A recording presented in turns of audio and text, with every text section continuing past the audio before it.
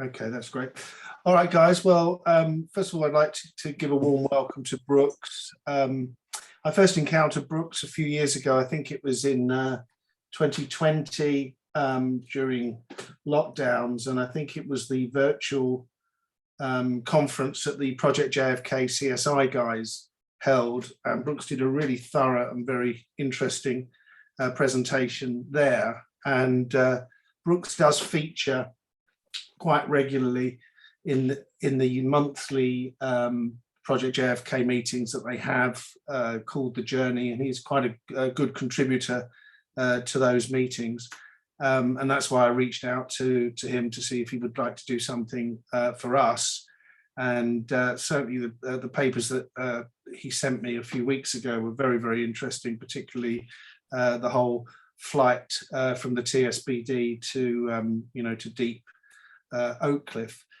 So I think in terms of how we're going to run this, Brooks has obviously got two devices running. He's already shared the screen. He's going to go through his presentation. I think, Brooks, if you come to a convenient point where we can ask questions, we're going to have some form of a break. I think that's probably best. But it's really your show, so you do what you want to do.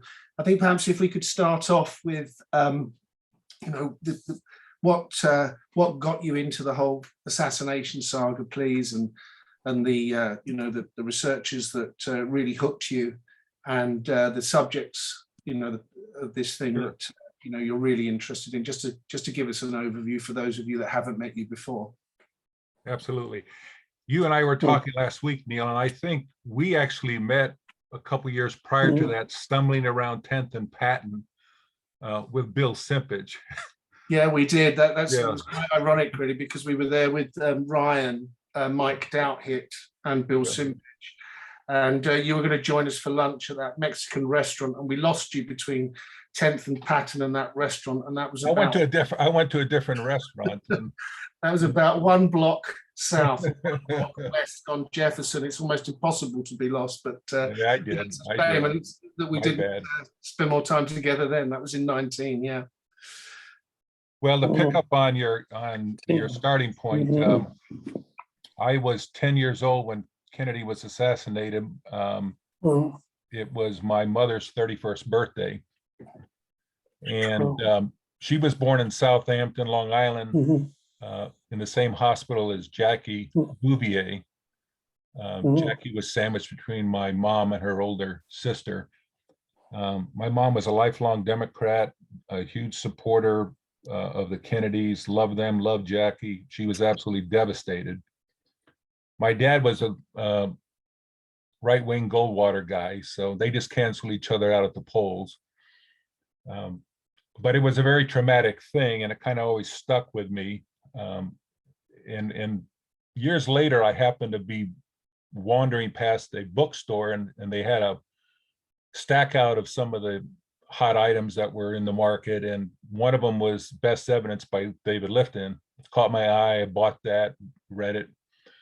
So that book, along with Stone's movie on JFK, kind of set the hook. My two areas of study really are the ballistics, the medical evidence, the autopsy, the cover-up, the falsifying of the medical records, the photos, the x-rays. An amazing story, and I give Lifton a tremendous amount of credit for his work. And then I've been working through the duality of Harvey versus Lee based on John Armstrong's 20 years of work, and it was a monumental effort. I'm now going through that book, I think for the 4th time, and and John didn't get everything right, but this book is this is kind of what I do with this book. If you can see it, I just kind of highlight, scribble.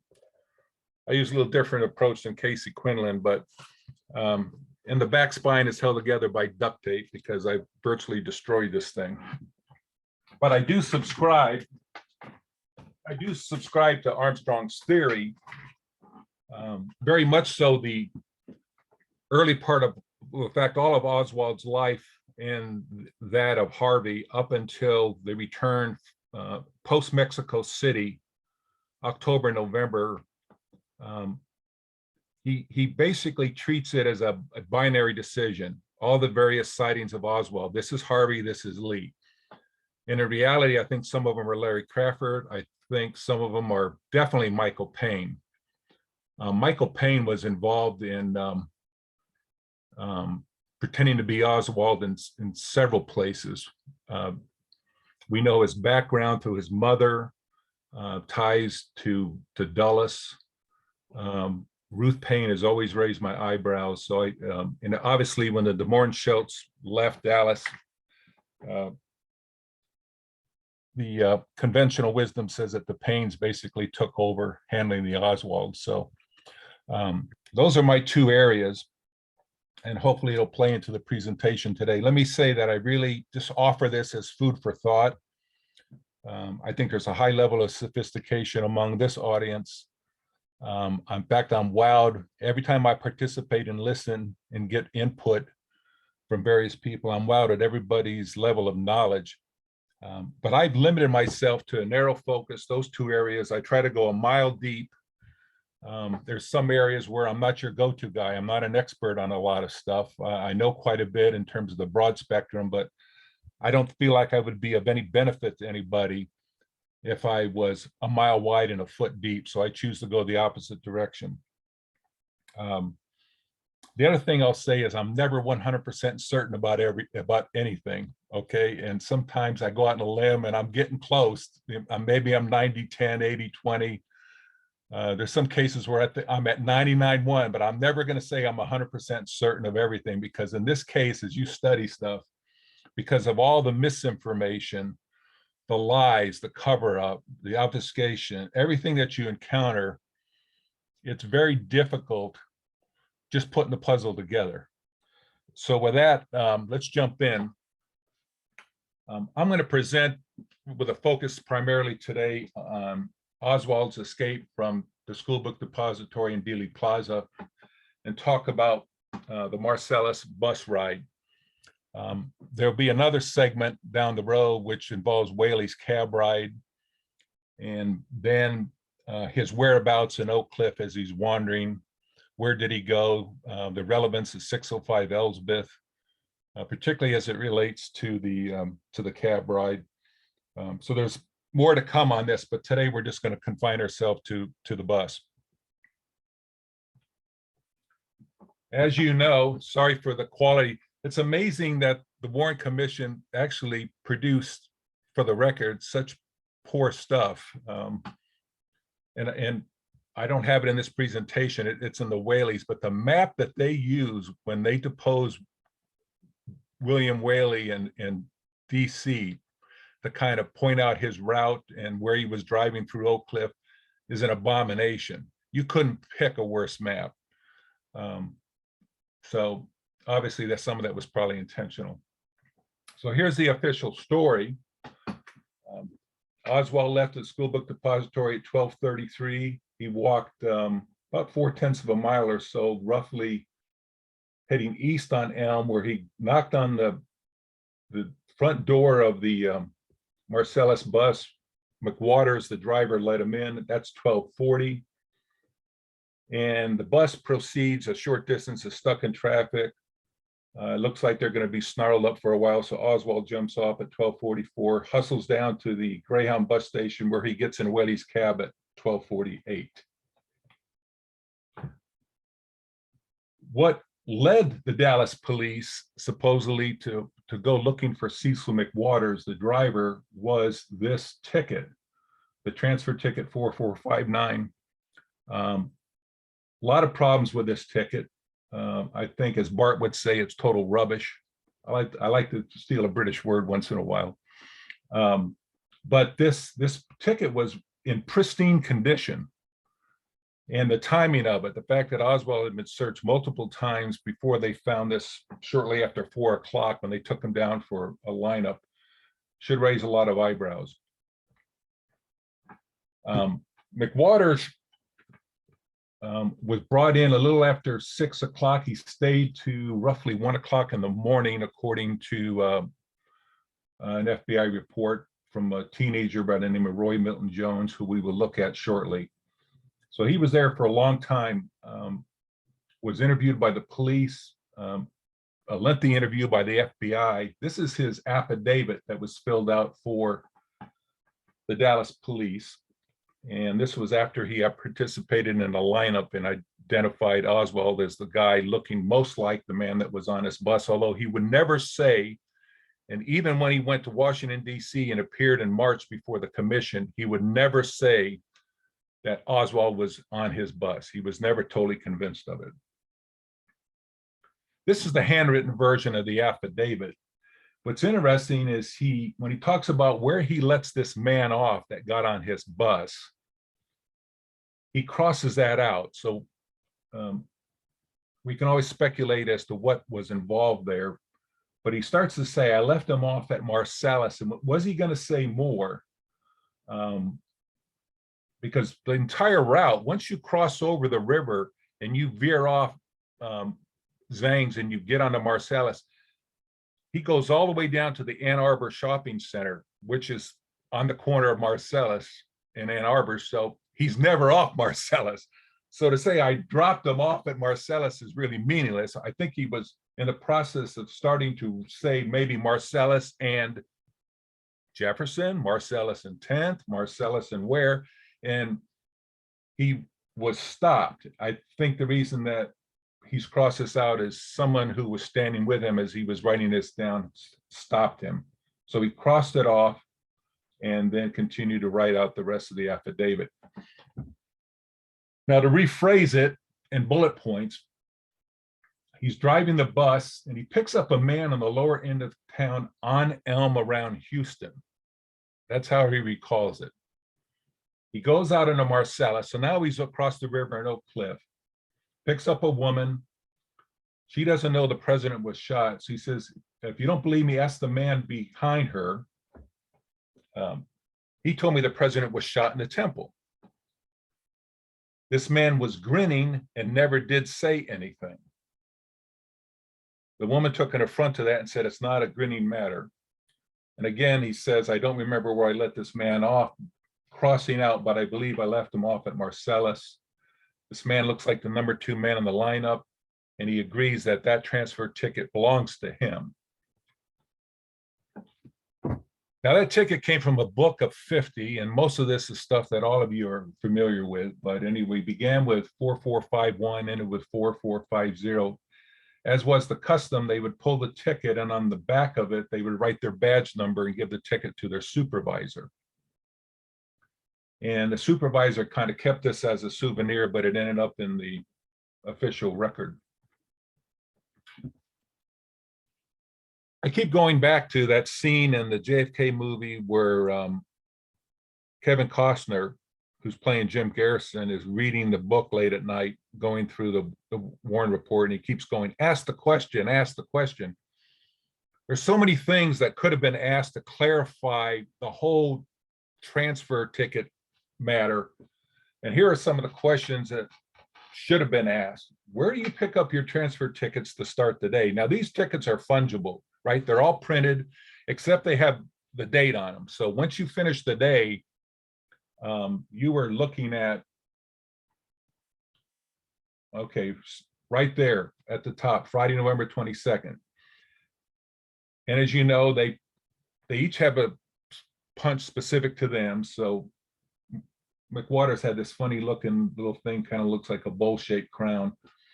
And so he would punch this transfer. He would always punch him at the start of his run. So as he began the run this day up in Lakewood, heading down to Oak Cliff, he punched all of his transfers ahead of time. But in essence, they are fungible. So you get a whole stack of transfers, but it sounds like what happened is they would tear off the top ticket, put their badge number on the back. And if they took 10 books, 5 books, 20 books, whatever, that top ticket goes to the supervisor. I assume they probably received all those books at the start of the day.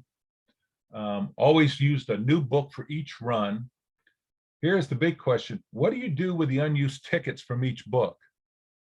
And did you have them with you when the police stopped you shortly after 6 p.m.? Now he changed, he said he always drove that same route.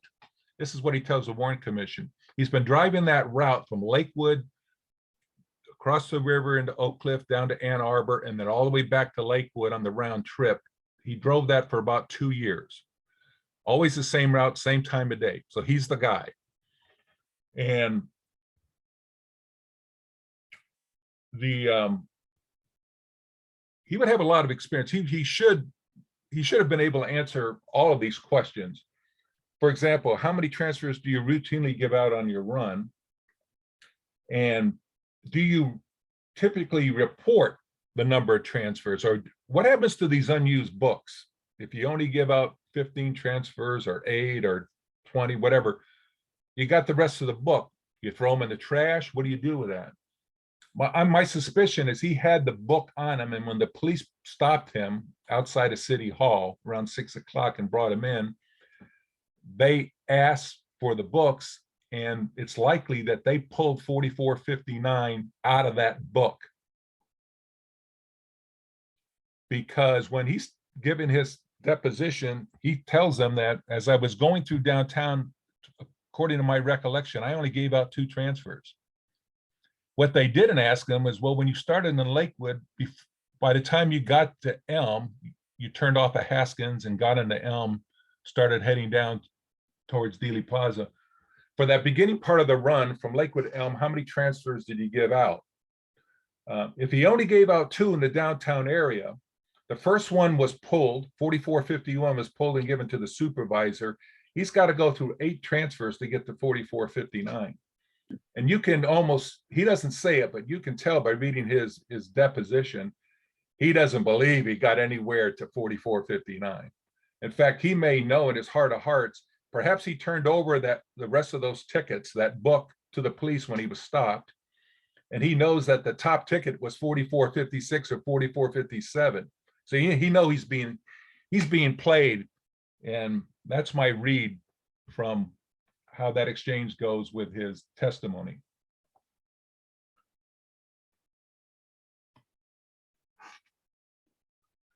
Here's a little bit of sleight of hand. The FBI interviews him on the 22nd. Don't know the time, but they didn't dictate that report until the next day.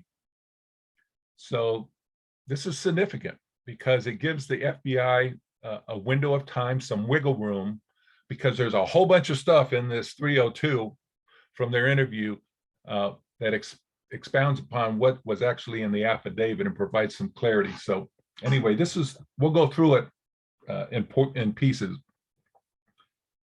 So he says he arrived at Elm and Field Streets around 1240. Very relevant piece of information. And he would know, if you can't keep to a schedule, if you fall behind, you're not going to be driving for very long. These guys have to be on the clock. They have to be on time. In fact, he explains to, I think it's Gerald Ford, but he's going through what happens when he gets onto Elm and he gets to the theater district. The St. Paul stop by the theaters, which is where Mary Bledsoe got on the bus, and also supposedly where the teenager Roy Milton Jones got on the bus. There's a supervisor there who clocks them in, and if you're early, he holds you. So his leave time departing from St. Paul is 12:36 according to the schedule. And when that clock hits 12:36, that supervisor waves him on and he rolls out. So all the way along his route, he's on time. The patrons are relying on the fact he's going to be on schedule. So when he says he was delayed 15 to 20 minutes, this is critical because I absolutely believe that's the length of his delay in downtown. And then when he gets up to Poydras, the corner of Elm and Poydras, he hears that JFK's been shot. Then he goes across the river, and a male passenger tells him that the president was shot in the temple. An old lady boarded at the corner of Marsalis and Vermont, which you'll see later on is fairly well down in Oak Cliff. The same male passenger, now grinning, is still on the bus. And during this encounter with a woman who got on the bus, who had not heard that Kennedy had been shot and was astounded by it, the grinning man, even though McWaters asked him to confirm it, he said nothing to the woman. Okay. At the very bottom of page 1, you can see the interview took place on the 22nd, was dictated on the 23rd. The agents were Odom and Ellington. So this is the infamous Bard of Dallas, not the Bard of Avon, but Bardwell Odom has his hands in a whole bunch of stuff, as most of you are familiar with. Here's a real telling piece of information. McWaters believes that this grinning man who was on the bus riding across the river in Oak Cliff got on between Elm and Poydras and Houston and Commerce, and we'll see that on the map shortly. And he thinks he got off the bus south of Sainer Avenue, and that's way down in southern Oak Cliff. Then he goes on to say this man is a teenager, about 5'8", 155 pounds. What's interesting is there's a problem with that, as we'll see, because the teenager Roy Milton Jones, if the FBI was correct when they interviewed him, is only 5'2". He says he chose Oswald in the lineup because he was the only one who resembled the male passenger on the bus. And you know how skewed that lineup was, right? They brought in the jail clerk and a couple of members of the police force. So he was an outlier in that whole group. A blind man maybe could have picked him out of that lineup. But what's interesting, he says he could not identify him as having been on his bus or being the man who said JFK was shot in the temple. And when he's asked later on by the Warrant Commission, they go back and they review this, he says, I didn't do it then and I wouldn't do it now. So he's pretty emphatic. He's being pulled into something he's not comfortable with, and he let him know it. He confirms that ticket was his ticket, 4459, but the woman who got on the bus, he's totally unfamiliar with her. Okay, here's some detail. We can put together a composite now.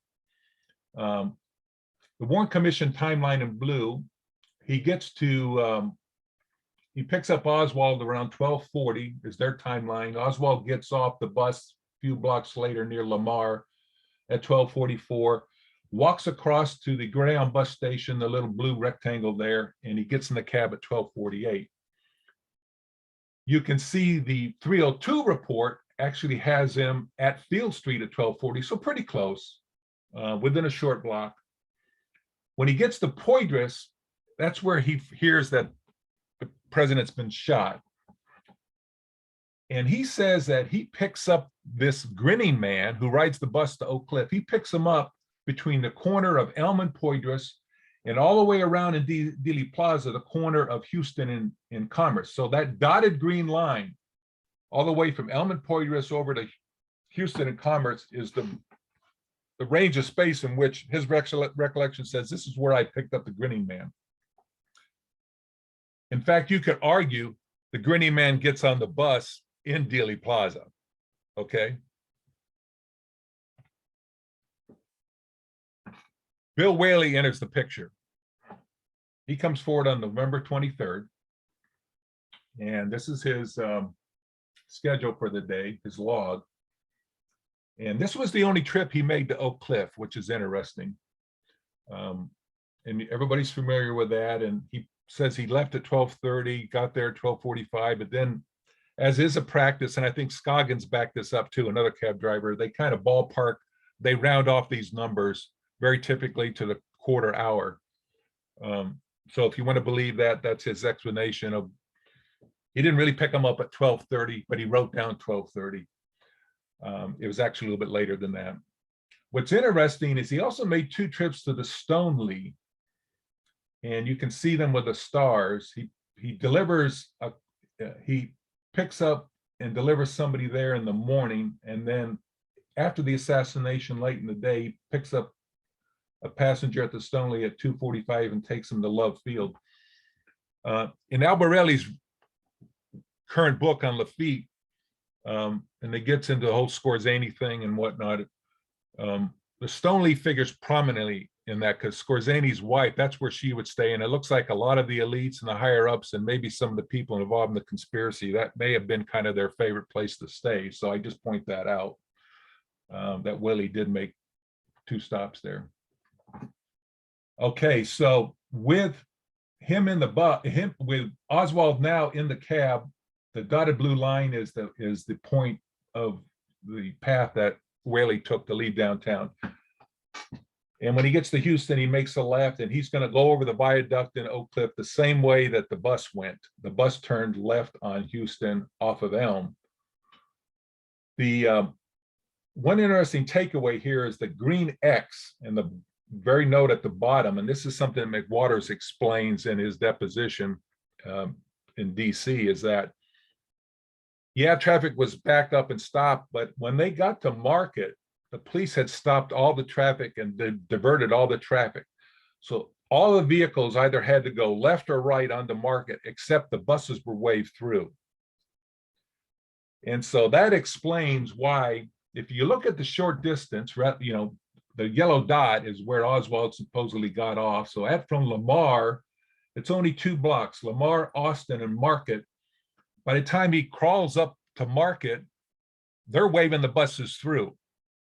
So I totally buy his estimate. He was probably only delayed maybe 15, 20 minutes. He probably sat multiple times. The light cycled and he's not going anywhere, but eventually he inches his way up, and at Market, bingo, the buses are let through. That's very significant. This delay is really important. So who else was on the bus? We know that 67-year-old Mary Bledsoe, who reportedly rented a room to Oswald in October for 1 week, was on the bus, and so was a teenager, Roy Milton Jones, just shy of a 17th birthday. McWaters was totally unfamiliar with him. Bledsoe sees Oswald on TV. Supposedly she rides this bus from downtown, gets off at her home at 621 North Marsalis, and she's watching TV, and all of a sudden in the afternoon, somewhere around 3 o'clock or so, she sees Oswald on TV. She recognizes him right away, or so the story goes. Shortly thereafter, her son Porter comes home, and she tells Porter about it. We got to call the police. So Porter calls, and this is around 3 o'clock on the 22nd. Porter calls the police and tells them, my mom was on a bus with Oswald this afternoon after the assassination, and she knows it was him because he rented a room from her last month. In spite of that information, the police don't send a car out to get her. She comes on her own on Saturday late in the day, so more than 24 hours passes before she ever gets down to the headquarters, which is just incomprehensible. Now, in contrast, you're familiar with Arnold Rowland, the young boy who he was standing right near the foot of the school book depository. He looked up and saw a rifle sticking out, and after the first shot, he took off running north on Houston. When he got home, he made a phone call, and they came all the way out to Farmers Branch and picked him up, and that's 15 miles from downtown Dallas. So they could go get Arnold Rowland, but yet a woman who rented a room to Oswald and was on the bus with him after the assassination, they couldn't bother to go get her. This is something that was very problematic for the Warren Commission. They interviewed McWaters on March 12, and he's talking a lot about the teenager. In fact, they've got the FBI's interview, the FBI 302, and they catch on to the fact, Senator Cooper does, that Roy Milton Jones is almost like a poison pill. He was basically ignored by all the investigating authorities. And we have the clear evidence here that he was on the bus. And there's a lot of discussion about this teenager in his testimony, but yet nothing ever came of it. And then there's this revelation that the grinning man that he talked about in his affidavit was actually the teenager. So the grinning man becomes the teenager. And this is necessary, as you're going to see, because there actually is a separate man on the bus who is the grinning man who rode to Oak Cliff, but they're going to blend him in and make him the teenager. But I think by the time they got through with McWaters, the commission had had enough. And so they actually contacted the FBI and they asked Hoover, go find this kid. We want to hear from this boy. So they did. They tracked him down on March 30th. He's interviewed. What's interesting is this is all we have. He's a critical witness in all of this, and he was never deposed. He was never put under oath. I think there's a reason for it, and you'll see it as you look through this 302 report. But anyway, he was interviewed on March 30th. It was dictated the following day. And he says in the report that he worked part-time at Buddy's Supermarket at 10th and Jefferson. So that's his workplace. He works part-time as a clerk. Now he's going to school half days in the morning, so it probably would not be unusual that he would get off after school. Some days he would work. We don't know how many days. Did he work every afternoon? Did he work some? What was he scheduled to do in the afternoon of the 22nd? The other thing he says, he got on the bus, which arrived at approximately 12:10 or 12:15. That's when he boarded the bus. Again, that's not correct because that bus left St. Paul at 12:36. This is the bus, as we'll see, that he was usually on. He usually was on the bus that left 20 minutes before the McWaters bus, which is why he and the bus driver are totally unfamiliar with one another on the 22nd, because he's never on the McWaters bus as the norm. And the most telling thing in this 302 is that the passengers were searched. The police stopped the bus. 2 policemen got on the bus and they searched everybody for firearms. McWaters never mentions that. Bledsoe never mentions that. Only Jones. And this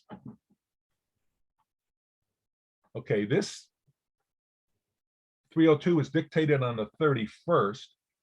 It gets buried in the Gemberling report. And I think it's commission document 897, but it's buried way in this Gemberling report. But it was such an important matter because the commission had asked Hoover, go find this kid. We want to hear from this kid. So the DOJ actually puts out a 4-page memo, special memo. They don't identify the agents who interviewed Jones in the memo, but they basically regurgitate verbatim what was in the 302 after an introductory paragraph. But so the timing of this is significant because it's almost seeming like, yeah, we interviewed him, but we didn't get around to really publishing a report until April 3rd, because the actual 302, Gemberling has that, and it's buried in a massive document of roughly 600 pages that won't be produced until after April 3rd. But Mary Bledsoe takes her deposition on April 2nd. So if you can see the chronology of all of this, they're setting the stage to make you believe, if you want to believe it, that as important as this teenager was, the fact that the commission told Hoover, go find this kid. And who sits in on her deposition? Usually it's just one staff member, sometimes 2. But Ball, Jenner, and Balin are all sitting in on this. And she brings her own lawyer, which is another fascinating tale, but I won't get into a lot of these details. This woman actually, this Melody Dewitt, actually takes over. The thing gets going so bad that she takes over the latter third. As you read through the testimony, she's the one who starts asking the questions. So she has Ball take a seat and she takes over the deposition. That's how crazy it is. But she's not asked about the police searching the bus. And you know they all knew it. They all knew that Jones said the police boarded the bus and they searched everybody for weapons. Again, so here's an interesting bit of chronology. We've got the 3 people on the bus. We've got Whaley, and then Earlene Roberts. When Oswald gets to Oak Cliff, he goes to his boarding house at 1026 North Beckley. He comes in shirt sleeves. Supposedly that's where he gets his pistol. And he leaves as he's zipping up a dark jacket. And Earlene Roberts basically always said it was a dark jacket. And when she's shown Commission Exhibits 162, 163, she says, no, it's darker than that. So we have the dates of the police affidavits. Earlene is interviewed by the Secret Service on December 5th. And then we have FBI 302 reports on all these people. Of course, Jones is ignored until March 30th. And then we have the Warren Commission testimonies in March and April. So those all take place in 1964.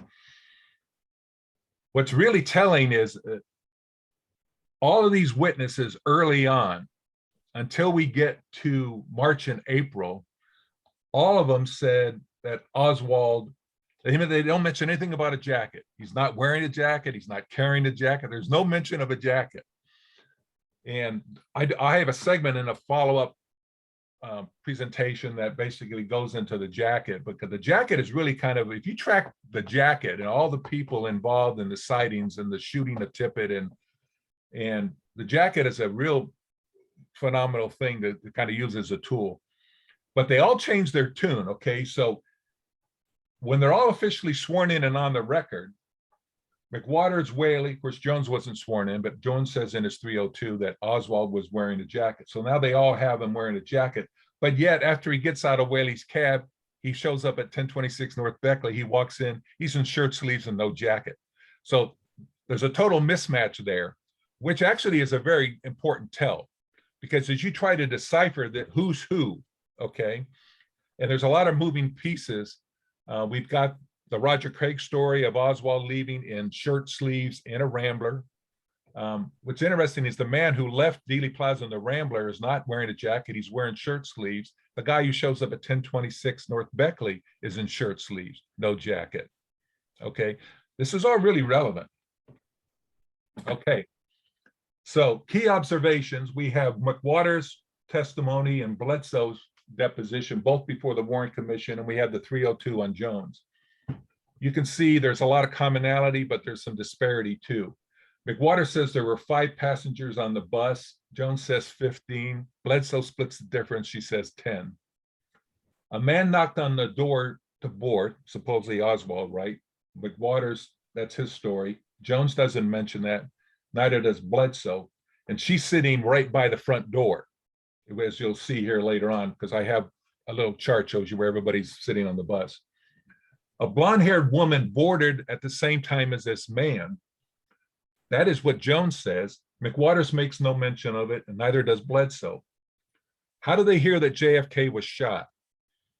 McWaters hears it from a motorist who's stopped in traffic right next to him, probably has his side window down, and but no, wait. What I think he tells the commission is the man actually, they were stopped in traffic, they weren't going anywhere. So the man came around and went to the front door, got up in the well, had a conversation with McWaters, and he tells him what he heard on the radio. So that's how that message gets delivered. Jones says they hear it from a policeman. So this was probably when the policeman got on the bus to do the search. That's when they find out that JFK's been shot. Bledsoe says she hears it from the motorman. In other words, even though she's sitting right by the front door, she doesn't mention the motorist getting on the bus. She says she hears it from McWaters himself. How did the man who got on the bus, what I call the on and off man, right? He gets on, he gets off a few minutes later. How did he leave the bus? They all agree he left by the front door. Did this man ask for a transfer? McWaters says yes. I think he's coerced into basically saying, I gave him a transfer. Jones says, Jones doesn't mention it. He doesn't mention the transfer. And Bledsoe, when she's asked about it, she's not certain whether that man got a transfer or not, even though that happened right in front of her, because she's sitting by the front door. Did a woman exit the bus at the same time? There's a lady with a suitcase who's sitting right behind McWaters, directly behind the driver. She's in a hurry to get to Union Station to catch a train. So she sees traffic stop. She says, I can't wait. So she asks for a transfer and gets off. And I think she says, hey, if things clear up and you see me, pick me up again, but I gotta go. So she gets off, grabs a transfer, and she's off the bus. Jones doesn't mention anything about the woman with a suitcase. He says the blonde woman who got on at the same time as the man, she gets off at the same time, but she leaves by the rear door. He also made the point they didn't sit together anywhere near each other on the bus. He never believed that they were actually together as a couple, but they did get on at the same time. They got off at the same time. Bledsoe mentions the lady who gets off, who's sitting across from her. Again, that's the lady with the suitcase. She doesn't mention the suitcase, but she's actually having a discussion with this woman, the woman who was sitting behind McWaters. So we do know that this woman who had to get down to the train station in a hurry, she gets off the bus. Did this woman ask for a transfer? McWaters says yes. Bledsoe says yes. Again, Jones, no mention. All right, the critical thing is the search of the bus. 2 policemen board the bus about 4 blocks from Houston, and they search each passenger for firearms. That's Jones' story. Again, McWaters and Bledsoe, they never mention it. The bus was delayed in this area downtown. McWaters says 15 to 20 minutes. Jones says about an hour. Bledsoe offers no specifics. And what I think is the real purpose of the interview with Jones in the 302, this delay of an hour is very, very critical, as you'll see. And I believe that McWaters is right. I think by the time they got to Market, they had diverted traffic. They opened it up. Only the buses went through at Market. I think he's only delayed for about 15, 20 minutes. Okay, the first bus to reach Houston Street, McWaters says yes. Bledsoe says yes. No mention by Jones. This is important because there are buses behind McWaters, but as he's making his way up Elm, and when he clears and he gets through Market and he's heading up towards Dealey Plaza, there's nobody ahead of him. He's the first bus that's going through at Market. Grinning Man told McWaters that JFK was shot in the temple. That is what McWaters said. Jones has no recollection of that. Again, this conversation took place somewhere after they had crossed over in Oak Cliff. Shortly after getting over the river, you go a very short distance, and at 621 North Marsalis, that's where Bledsoe gets off. So she doesn't know anything about these last 3 points because she's off the bus at that point, okay? A woman boarded in Oak Cliff, and that's down at Vermont Avenue, as we'll see. She had not heard that JFK had been shot. McWaters says yes. Jones says yes. She actually will sit in the seat by the front door that Bledsoe vacated when she gets off the bus to go to her home. So she takes Bledsoe's seat, but again, it's several miles further down in Marsalis. This dialogue that he has with this old lady who gets on the bus, have you heard JFK's been shot? She's astonished. She says no. She says, well, if you don't believe me, ask him. He saw it, right? And that's a critical point. He says, ask him, he saw it. The man, according to McWaters, doesn't say, he's just grinning, he's smiling. He doesn't say anything. And the old woman takes an affront to that, and she says, hey, this is no smiling matter, not a funny matter, whatever. Jones actually says at that moment, he makes a remark. So Jones tells the FBI at that moment, when the bus driver points back, says, ask him, he saw it. Now the grinning man is actually sitting behind Jones, as you'll see. So as McWaters turns and points, is he pointing at Jones or is he pointing at the grinning man? Jones says, I didn't see anything, or I didn't, so Jones makes a remark, whereas McWaters says in his deposition, the grinning man didn't say anything. He's just smiling. This is really relevant because it helps prove the case that there's 2 people on the bus at this time. The teenager's on the bus and the grinning man is on the bus. The grinning man didn't say anything. He's just smiling. Jones says, hey, I don't know anything. So Jones makes a remark. It's a very big tell on this. Okay, so where's everybody sitting on the bus? McWaters, of course, is the driver. The lady right behind him with a suitcase, that's where she was sitting. The motorist in the lower right corner, the motorist who got up in the well of by the front door to tell McWaters the president was shot, that's where he stood. Mary Bledsoe is right there next to the front door. But yet she says she heard that the president had been shot from the motorman, not from this motorist this guy who stepped up into the bus. When she gets off the bus in Oak Cliff, this is where the old lady who gets on at Vermont, she sits in the same seat. Now there's people who have worked their way through all of this who basically says, was Bledsoe even on the bus? Did the old lady really get on in Vermont? Because are they juxtaposing these two women because they're actually both sitting in the same seat? But it is explainable if you realize that shortly after getting into Oak Cliff, Bledsoe gets off, and apparently this old lady gets on the bus. Jones is sitting by the window, first seat facing forward, and apparently Oswald, who we will call the on and off man, gets on, gets off a few minutes later. He's sitting right behind. This will actually become the grinning man because the on and off man gets off the bus near Lamar to walk down to catch Whaley's cab. But yet the grinning man is actually sitting behind a teenager as the bus goes into Oak Cliff. So exactly where was the on and off man sitting? Jones says that he was sitting behind me. He gets off at Lamar, and remember the map that we looked at several pages up. Okay, let's go back to this. Okay.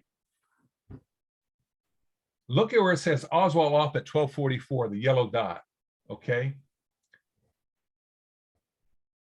McWaters tells the Warrant Commission that the man who got on Elm near Houston, the man in the affidavit, he got on the bus somewhere he boards between Elm and Poydras and Houston and Commerce. There's almost no overlap between these two, and I'm going to suggest that he got on much closer or perhaps right in Dealey Plaza. In other words, there's no overlap. The on and off man is off the bus when the grinning man gets on the bus, which is very relevant.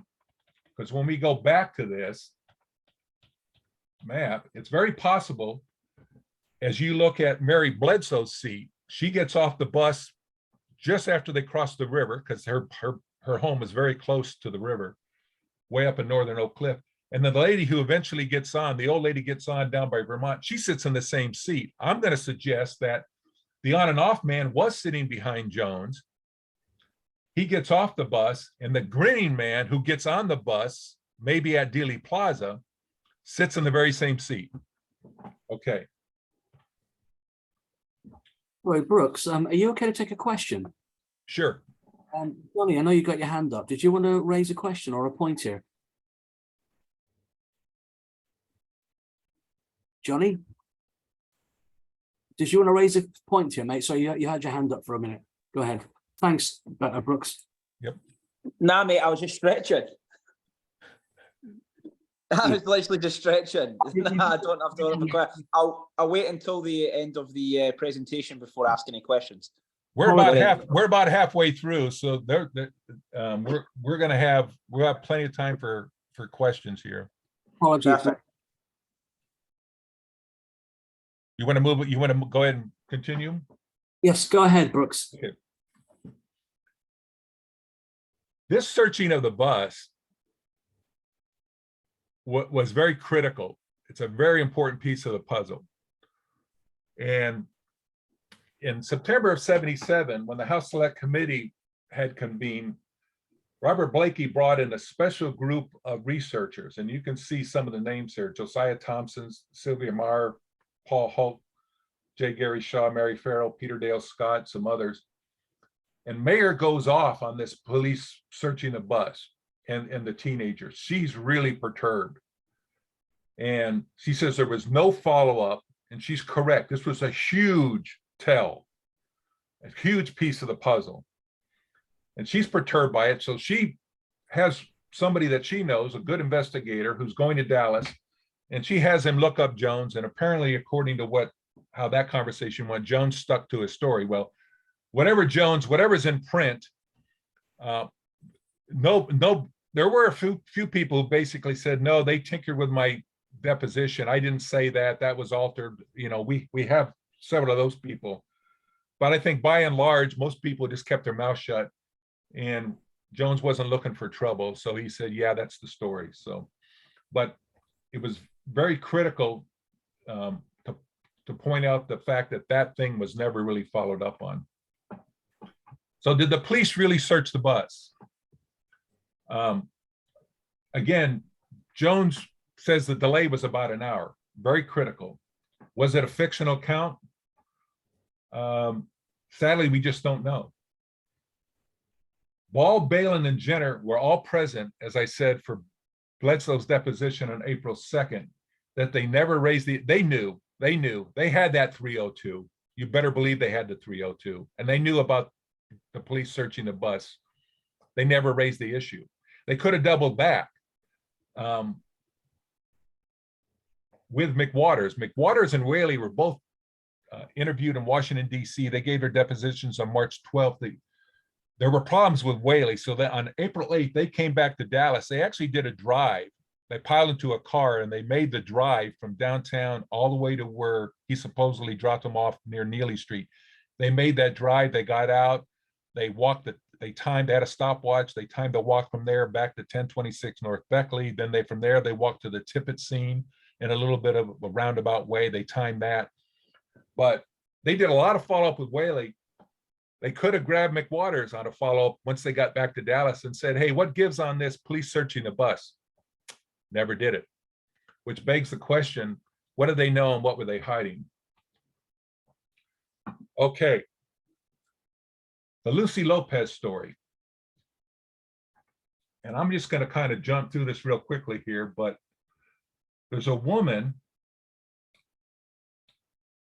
who is visiting her aunt in Van, Texas, and this is around Thanksgiving. And while there, she meets a woman by the name of Lucy Lopez, a white woman married to a Mexican, and she gave the following story. So this is maybe a lunch, a coffee chat or something. She says she had just come back from Dallas, where she'd been babysitting for her daughter. Her daughter works in the Dow Tex building in a sewing room. She stated her daughter and some of the other girls knew Lee Harvey Oswald, who apparently spoke Spanish well and ate with them at a nearby restaurant. So they ate lunch with Oswald from time to time. And they knew who he was, and they knew that Oswald was acquainted with Jack Ruby. This is commission document 205, page 451. It's buried in a massive report. That's typically what they did, pigeonhole these things. Okay.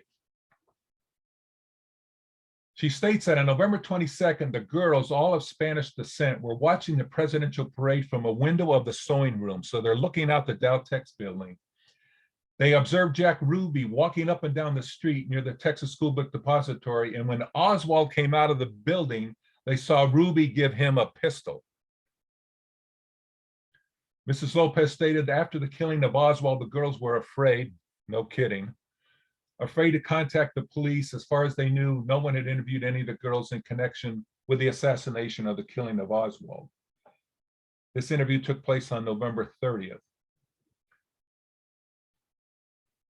Here's the infamous Altgens number 6 photo. And if you blow that up,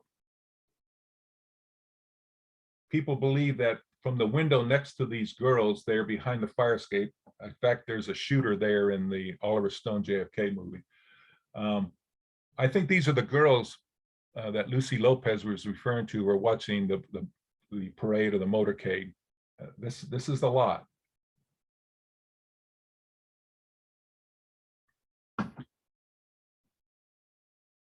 So as I kind of go forward with this, and will in future episodes, and we refer to the various actors in all of this, of course, we've got the Rambler man, I call Mr. R, seen by Roger Craig, looks just like Oswald, gets in a Rambler at 12:40, and they take off to go under the triple underpass, and they disappear. That man is also seen by 4 witnesses. The first 2 work together, and I think possibly even the third And I won't go into all that detail, but anyway, there were 4 witnesses to back up Craig. Unfortunately, none of them had much of a description. They didn't describe, none of them could tell you what this man was wearing, which would have been really important. And this is where the police let us down over and over and over again. The police and the FBI, they didn't ask the right questions. What was the guy wearing? Okay. We have on and off man, who we've talked about, and then we have grinning man. And as I've suggested, as we've kind of pieced together, and you got to go through, you got to read through these affidavits, depositions over and over again. And it becomes apparent to me that on and off man and grinning man are 2 different individuals. And then of course, we've got Whaley's passenger, Mr. W. So we've got Mr. R, Mr. O, Mr. G, Mr. W, and all of this. Who's who? That's for debate. Okay, which Oswald got the pistol from Ruby? Was it Harvey, the man Ruby would shoot on November 24th? And if you read Harvey and Lee, that is a young boy of Eastern European descent, most likely Hungarian, who was chosen at an early age to be a doppelganger, was groomed over a period of close to a decade.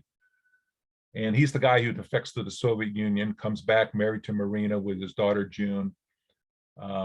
He's the guy that works in the school book depository. He's the guy that Ruby kills on November 24. Was it the real Lee Oswald who got the pistol? The man who got into the Rambler wagon, according to Armstrong. See, that's how Armstrong settles between the bus taxi scenario and the Rambler. He says it's the real Lee Oswald who gets into the Rambler, who's seen by Roger Craig, and it's Harvey. So he counts for both of them. Was it Larry Crawford, Ruby's employee, pretending to be Oswald? Crawford pops up in a lot of places. And what's interesting is either Crawford or Michael Payne have a tattoo on their arm. And that's a tell, because that tattoo is seen by numerous witnesses by quote unquote an Oswald, somebody pretending to be Oswald, but we know Oswald didn't have a tattoo. Earl Rose specifically verified there was no tattoo. So this Oswald imposter, who pops up in various places, has a tattoo. The pictures that the Warren Commission took of Crawford, he's in a windbreaker, long sleeve, so we can't see his arms. Every picture I've seen of Michael Payne in the Dallas police station wandering around, he's in a jacket, long sleeves. So we don't know who the tattooed man was, but it wasn't Oswald. Or was it another doppelganger who got the pistol from Ruby? This kind of reminds me of the Thomas Crown affair, the remake, where he returns the painting to the Metropolitan Museum of Art, right? You got all the men in the bowler hats and the overcoats and the briefcases, and they're shuffling all over. There's got to be 6 or 8 or 10 of them, right? That's kind of the feeling you get of October and November in Dallas, right? You got all these guys, you got them at the Sports Drum Rifle Range, and you got them at the Furniture Mart, and there's so many of them, and who's who, and it's very difficult, but it's part of what I'm sifting through in my current research. Okay, here's a very interesting thing. Armstrong points to this. There were photos taken of the buses coming up Elm, and then here's a picture on the right. The bus is actually, and if you look at that little, you blow this up, that little oval yellow, that's Market. So that's where they've cleared the traffic, and the buses are now going through. And he has that bus with the arrow 1213. He's actually incorrect, because if he says that's the Marsalis bus, both in the picture on the left and the picture on the right. But if you look at that Market Street oval, the yellow oval, and you blow this picture up, there's a bus up there that's actually moving across on the right-hand side, because after it crossed Market, there was one more pickup at Record, and then they had to get all the way over to the left-hand side to make the turn onto Houston. So that bus by that yellow oval, that is actually, that's the McWaters bus, because he said there was nobody ahead of him. So John didn't pick that up when he was, just a minor point, but the bus that he's saying is the Marsalis bus is actually the one up by the oval ahead of it. These pictures were taken by Stuart Reed. Here's an article in the Oak Cliff Tribune, 1972. Now, this guy worked for the Army for his entire career in the Secretary of the Army's Office of Personnel Management, so they say. But he's a big wheel. He is a big wheel. And he left Dallas in such a hurry. After taking these pictures, he dropped them off to get them developed, drops off his rolls of film, and he bolts out of Dallas. Supposedly, the story goes to get back to the Panama Canal Zone for whatever reason, but actually his father was on his deathbed. His father would die the next day in Loveland, Colorado. So even though his father is about to die, Reed is, I would suggest, doing his duty. He's got an assignment. He is chronicling a lot of this activity, taking photos of the bus. It's an interesting tell.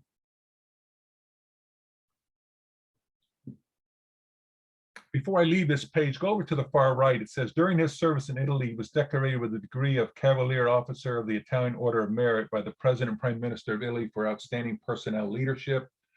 The speaker and his wife, currently national retiree directors for the National Campers and Hikers Association, were recently presented with a plaque award, highest honor by that organization. That makes me think of the de Mohrenschilds when they left Dallas, right? They went on a hiking tour of Central America for a year, okay? So I just thought that's an interesting dot connect there. But he did spend quite a bit of time in Italy, Reed did. And before I get to that, here's his registration for World War II. He's with the War Department. He's with the United States Engineers attached to the Schladel Field Party in Matagorda, Texas. The Schladel Field Party, from some research that I've done, did work in the Congo. So just an interesting data point. And then here's a ticket from a Matt's flight where he's coming back from Italy to Washington, D.C. in May of '59. He lists his permanent address as headquarters, CTAF, Verona, Italy. That is the headquarters for United States Army for all of Africa Command. And it appears, from what I've been able to piece together, he's there in the late 50s and even the early 60s. So this is the time when you've got things going on in the Congo. Dag Hammarskjöld's plane is shot down. The French are involved in a long civil war in Algeria. You got the OAS involved with that. The OAS trying to assassinate de Gaulle because they don't like the latitude that he's giving to Algerian independence, and go on and on and on. But Stuart Reed is in the middle of all of that because he's based at Army headquarters with the responsibility for all of Africa. So this is just not your everyday, ordinary Oak Cliff citizen out for a stroll taking pictures. So what's going on? Witnesses saw Ruby give a pistol to Oswald outside the Daltex shortly after the assassination. 2 policemen board the bus and search passengers for firearms. Stuart Reed, not only did he take photos of the bus, he goes down to Oak Cliff. He's taking pictures down by the Texas Theater. And then we've got Tippett waiting at the Gloco station in North Oak Cliff about 1 o'clock. He's got a good view of all the traffic coming over the Houston Viaduct, and he's what? Waiting for the Marsalis bus?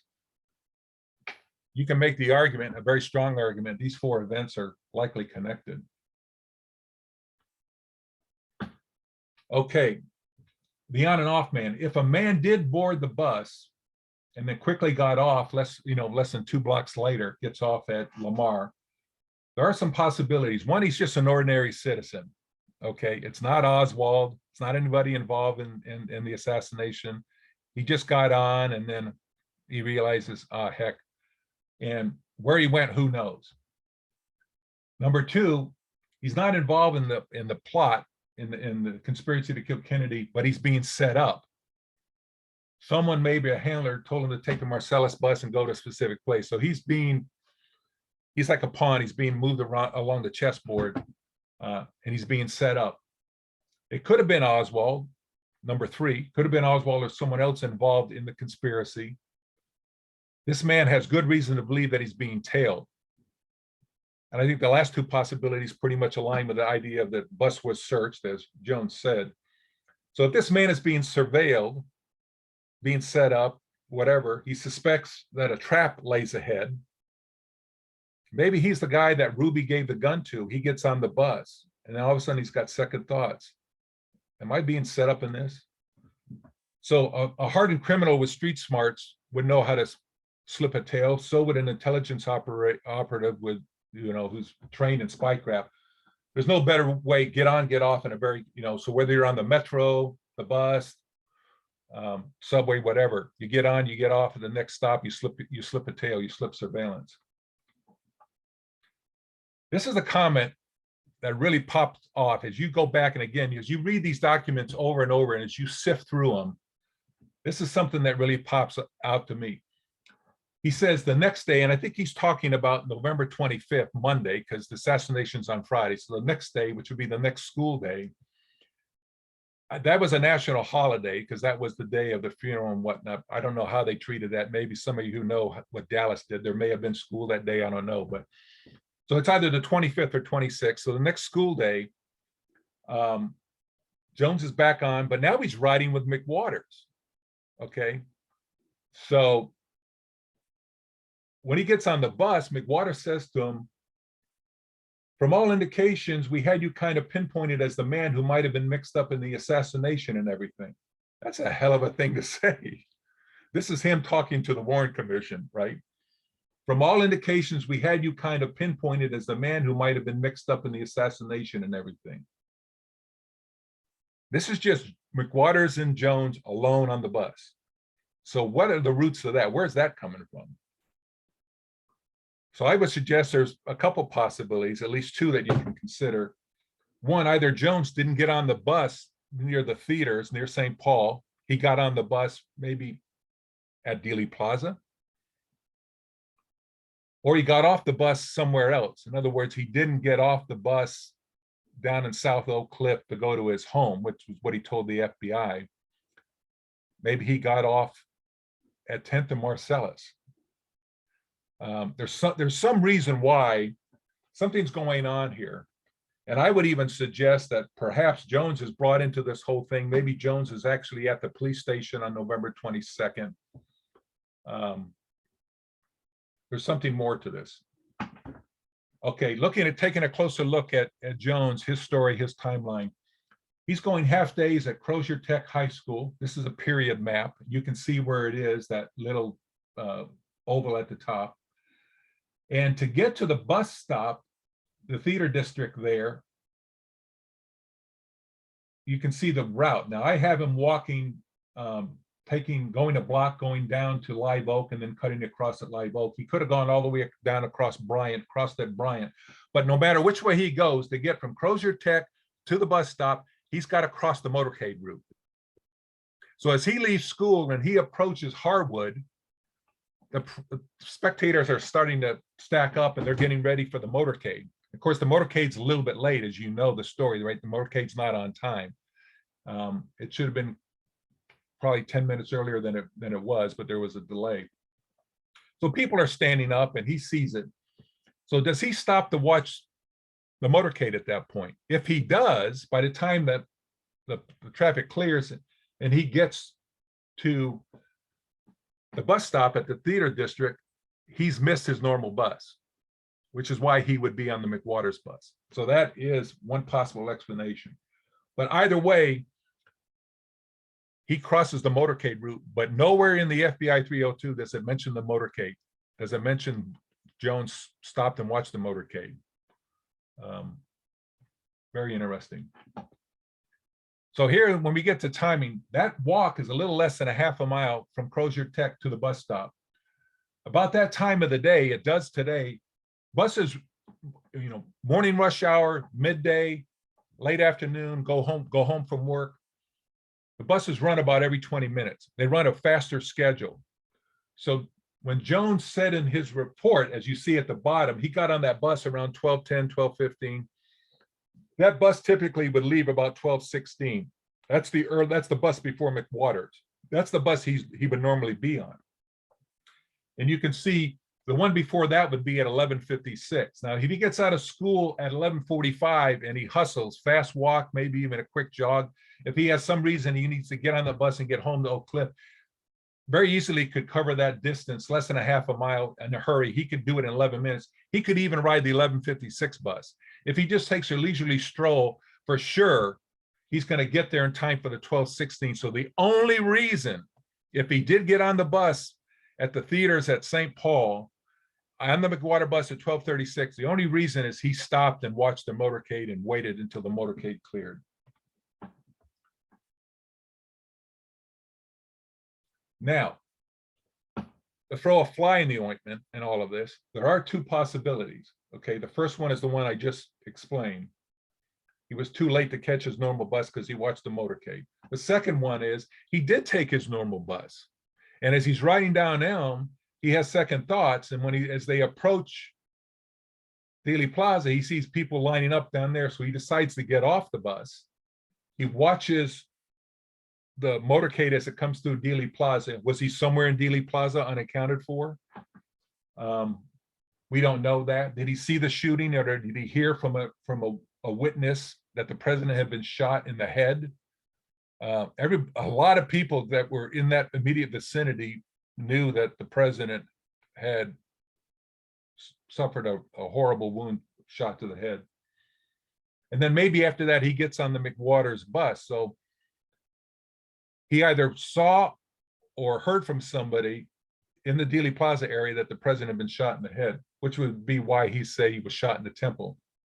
And the note at the bottom, and again, I say this second scenario is unlikely. I'm just throwing it out there because you can spitball all this stuff, and you have to start thinking of all the possibilities and how does this fit into the whole narrative. I don't think this is what happened, but he said he took his normal bus. And then again, the disparity in his story versus McWater's. If he did get on the McWater's bus, if he's the guy that boards along that green route between Poydras and Elm and Commerce and Houston, if he gets on the bus in that area, maybe he was a witness, saw or heard enough in Dealey Plaza, he knew some stuff. So we know from the note at the bottom, right, and we can see this in the Zapruder film, there's been a lot of debate on this, but I think that the side of the president's head opens up, that skull flap pops down. Jackie actually, even though she's in shock, when the president falls back in her lap, she actually closes that flap. Bill Newman thought the president's ear had been blown off. So everybody in that vicinity, the whole side of the head opens up. So yeah, he was shot in the head, shot in the temple, whatever. Does Jones play into that? Big question mark. Okay, let's go back to the delay real quick. This is the actual schedule for the day. The bus is supposed to leave St. Paul, as you can see, at 12:36. If it's on time, it arrives at Jefferson at 12:50. So it's crossed the river, driven all the way down, and now it's passing Jefferson, continuing on its route. 12:50 is the mark there. Now, if the bus is actually, say, 40 minutes late, not an hour, just 40 minutes late, instead of getting there at 12:50, that bus would hit Jefferson and Marsalis at 1:30. By that time, Tippett's been killed well before that, several blocks away. So the subliminal message is in all of this, with a long delay, Jones saying we were delayed about an hour, which he attributes to the search, but yet McWater says there's only 5 people on the bus. So how long does it take to search 5 people? Just a few minutes. But that is really, that's the subliminal point being driven home in the Jones 302. There was a long delay. It was about an hour. So by the time the bus got into Oak Cliff and got down near the Tippett scene, 10th and Marsalis, Jefferson and Marsalis, it was well after Tippett was killed. So there's nothing to see here. Let's move on. That's really the message being driven home in the 302, and why you have the long delay per Jones, whereas I think McWaters is right. The delay was relatively short.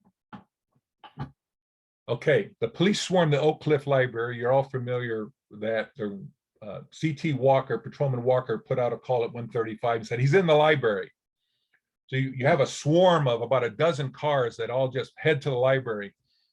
Now, on November 28th, the Dallas Morning News ran a story by the infamous Hugh Ainsworth and Larry Grove they chronicle this story, and they say McWater sees the police swarming the library in this article. And it isn't until 11 minutes later at 1:46 that the officers are notified that he's actually in a Texas theater. So you got a window there, roughly about 10 minutes, give or take, where you got all this activity going around down by the library. Now, if we allow for a 2-minute response time, Walker gets on the radio at 1:35, said he's in the library. So all of a sudden, all these police cars bolt and they head to the library, descend on the library. So let's give him 2 minutes. So at 1:37, there's a swarm of police around the library. So if McWater sees the fracas at the library, it's probably in this window between 1:37 and 1:46. So the question is, which way was the bus headed? Is he on his original route heading south? Or has he already made it all the way down to Ann Arbor Shopping Plaza, turn around, and now he's on his northbound route coming back? This is very significant. The schedule shows that coming back, okay, see Jefferson? He hits Jefferson southbound at 12:50. Northbound on the return, he hits it at 1:28.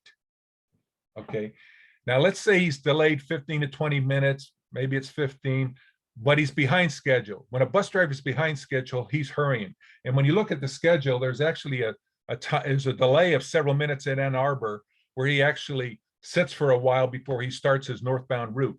Well, he can grab that time. He gets to Ann Arbor.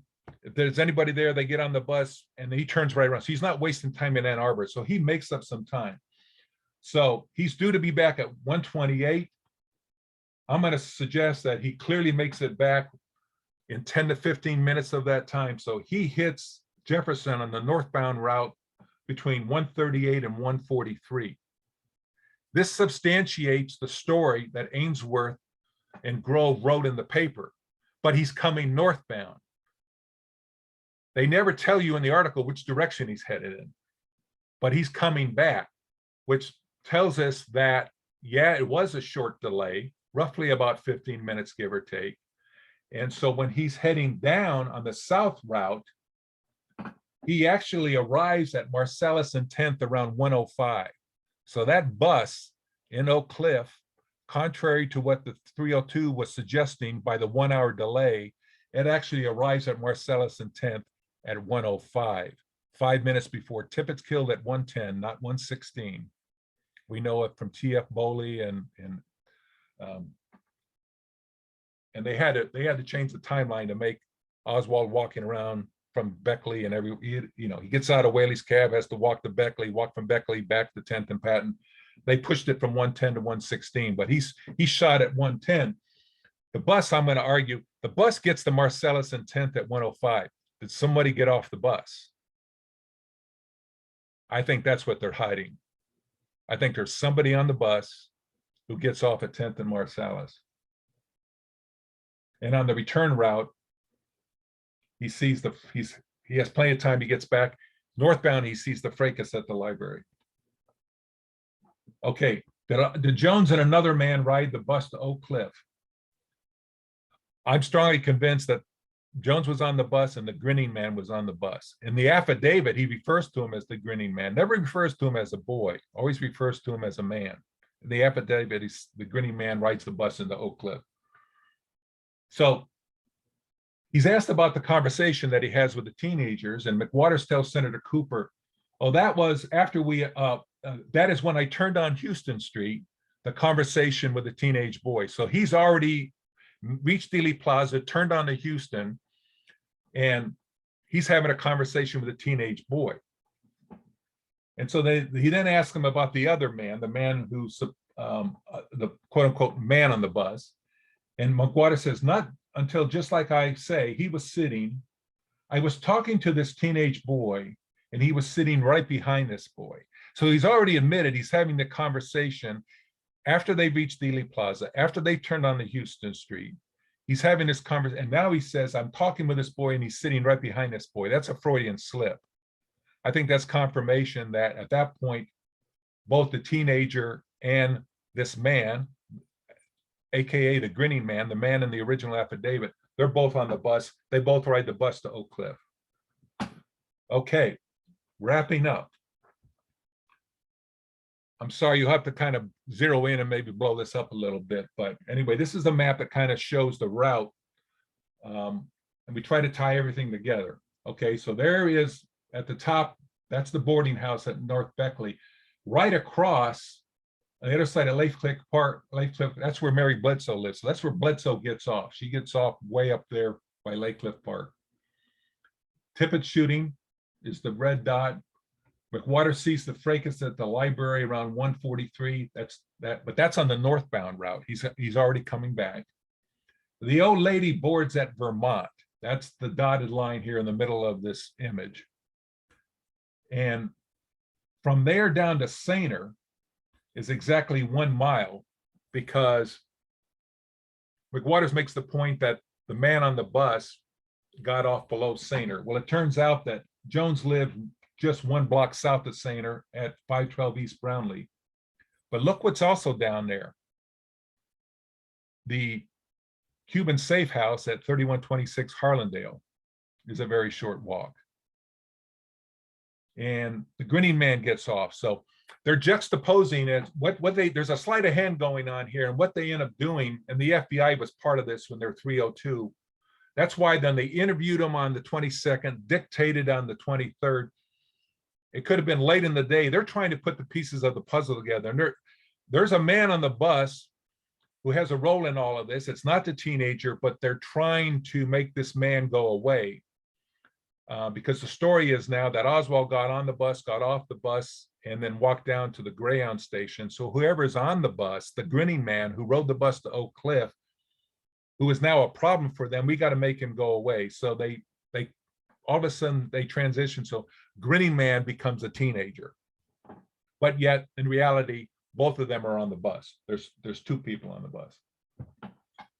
All right, did someone get off the bus at Marsalis and 10th?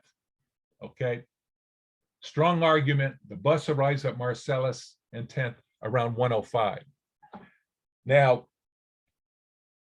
Jones told the FBI that he worked part-time as a clerk at Buddy's Supermarket. Buddy's Supermarket is at the corner of 10th and Jefferson. I would say in his normal routine, Jones, if he worked in the afternoon after coming home from school, would get off the bus there at 10th and Marsalis and take that short walk down to Buddy's. I have tried through my research to figure out where Buddy's is. Now, if you see that blue dot on the right, the 10th Street Barbershop, if you really zoom in, that last section of buildings there, that triangular wedge where 10th runs into Jefferson, okay, that triangular wedge, I walked through those shops there. And I met a lady a couple of years ago who said, I've been here for 35 years. I've never heard of Buddy's. I don't know if there was a Buddy's supermarket. I don't know where it was. So that puts us back into the 1970s. And I don't know how long Buddy's was around. But if you blow that up, if you look at that very last building there on the end, it fits almost perfectly. I'm raising the question. Buddy's was referred to as 10th and Jefferson. There's not a street address for it. Was it that very last part of the wedge there, right on the very corner? Maybe it was across the street where that ball field is, and it's since been torn down. Just don't know. I've not been able to document. And if anybody can fill in this piece of the puzzle, but somewhere there at 10th and Jefferson, and look how short a walk that was. So did Jones get off the bus that day? Did he jump off the bus, go into Buddy's? He saw JFK's motorcade on Harwood before he got on the bus. That's why he's late. He gets on McWater's bus. He hears that JFK's been shot. He runs into Buddy's and says, hey, what do you know? What have you heard? I saw the president, motorcade and blah, blah, blah. And he finds out that his best friend is not working. His best friend is down at the Texas Theater watching. They got a double showing, a matinee in the afternoon. War is Hell, and I forget the other movie. So anyway, maybe he takes off and he decides he's going to go to theater. Maybe he planned all along, just stop at Buddy's real quick. He grabs a transfer from McWaters. He grabs a transfer, gets off the bus at 10th and Marsalis, grabs a transfer, zips down to Buddy's, checks what's going on. And there were plans already that he was going to meet his buddy or friends at the Texas Theater, maybe the boys up in the balcony, right? So he has the transfer. He steps out of Buddy's. Here comes the bus down along Jefferson. So he's transferring to a Jefferson bus, coming off the Marsalis bus. He has the transfer, but the buses aren't running on time. He knows that there's been a delay. Maybe he doesn't know when that bus is going to show up. So he says, the hell with it. He sets off on foot and he turns around, he walks back on 10th and he comes down and he comes to the Tippett scene. Now there's an Oswald who's seen it by the barber at the 10th Street Barbershop.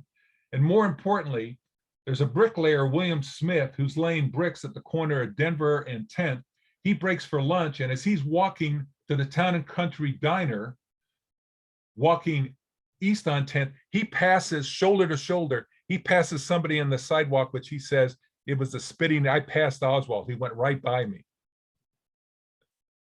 So who is this guy? Is this a guy that was on the Marsalis bus and the actual guy that Tippett encounters, who is not Oswald, actually gets off the bus at Marsalis and 10th? Was that guy ferried by the man who's seen fleeing, who's dropping his shells all over the place and runs behind the Texaco station and gets rid of his, is that man the man who got off the bus at 10th and Marsalis? Because he gets off at 105. He's got plenty of time to encounter Tippett, make that walk and encounter Tippett and kill him at 110. Or did Jones get off that bus? Did Jones make the walk? The Jones encounter police was Jones. We don't know who all was interviewed at the Tippett scene, because that list of all those witnesses, we don't have that composite list. We don't know who was interviewed. Did Jones see that shooting from a distance? How close was he? Did he leave there and continue on to the Texas Theater? He's up in the balcony. And when the cops go in there, one of them recognizes, hey, this kid was just down at the Tippett scene. So they decide they want to talk to him more. So then they say, hey, why don't you come down the station with us? So they take him out the back of the theater and he gets into a car seen by Bernard Hare. Is that the guy who goes out the back of the theater? I'm just spitballing here, but there's something about this whole Jones thing and why they treated him like the play. They wanted Jones to disappear. It wasn't until the commission, until McWaters said that the grinning man was a teenager, blah, blah, blah. They said to Hoover, go find this kid. He would have disappeared. We never would have known anything, okay? But they're hiding Roy Jones for a reason.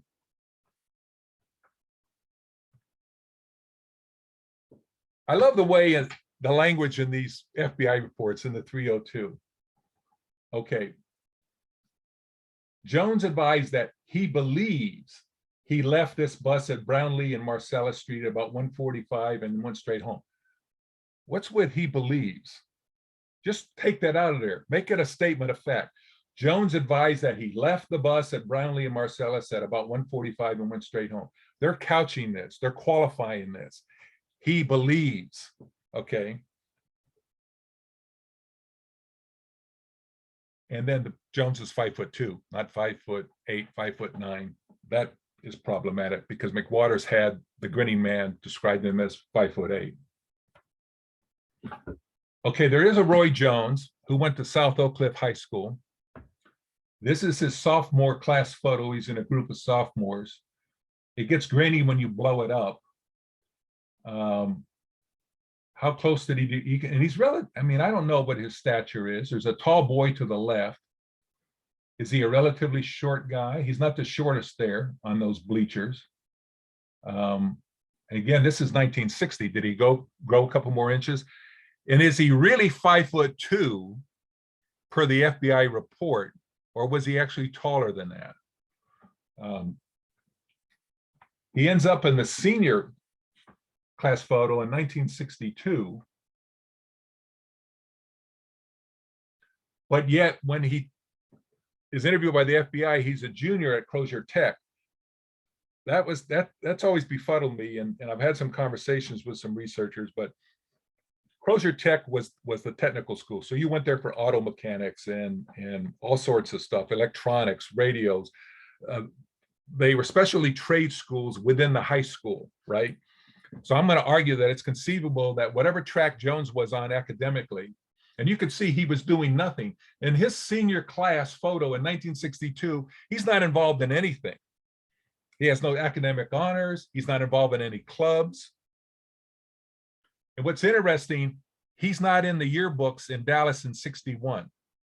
Not in Adamson, not in Sunset, not in Crozier Tech, not in South Oak Cliff High. He's not there in 1961, but he pops back up in 1962, and there's little that we know about him. I would argue that when he decided to go back to Crozier Tech on a half-day schedule, part-time, he's working towards some mastering some proficiency in some trade, and that schedule of coursework, he has to reset academically. So he's on a schedule. He's starting as a junior because he's got an academic load that he has to meet in order to finish this program, whatever he was going to be, if it's electronics, whatever he was going to study.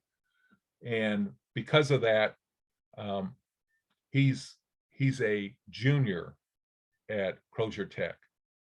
That's the best explanation I come up with. A couple of years later, Jones is in the Coast Guard. He's in the Coast Guard in 1966. There's more I can tell you about Jones. I've done quite a bit of work on that. His parents were divorced. His grandmother lived just a block south of Brownlee. This is Grandma Jones. And his dad, there were times where he and his father Cecil, had the same first name as McWaters. They were both Cecil. His father and Roy would live with the grandma from time to time, but she lived a short distance from Brownlee. Now they're in and out of Brownlee in a very short amount of time. They're not there the year before and they're gone. So they're probably bouncing around based on whatever nickels that Cecil can rub together to afford a place to stay.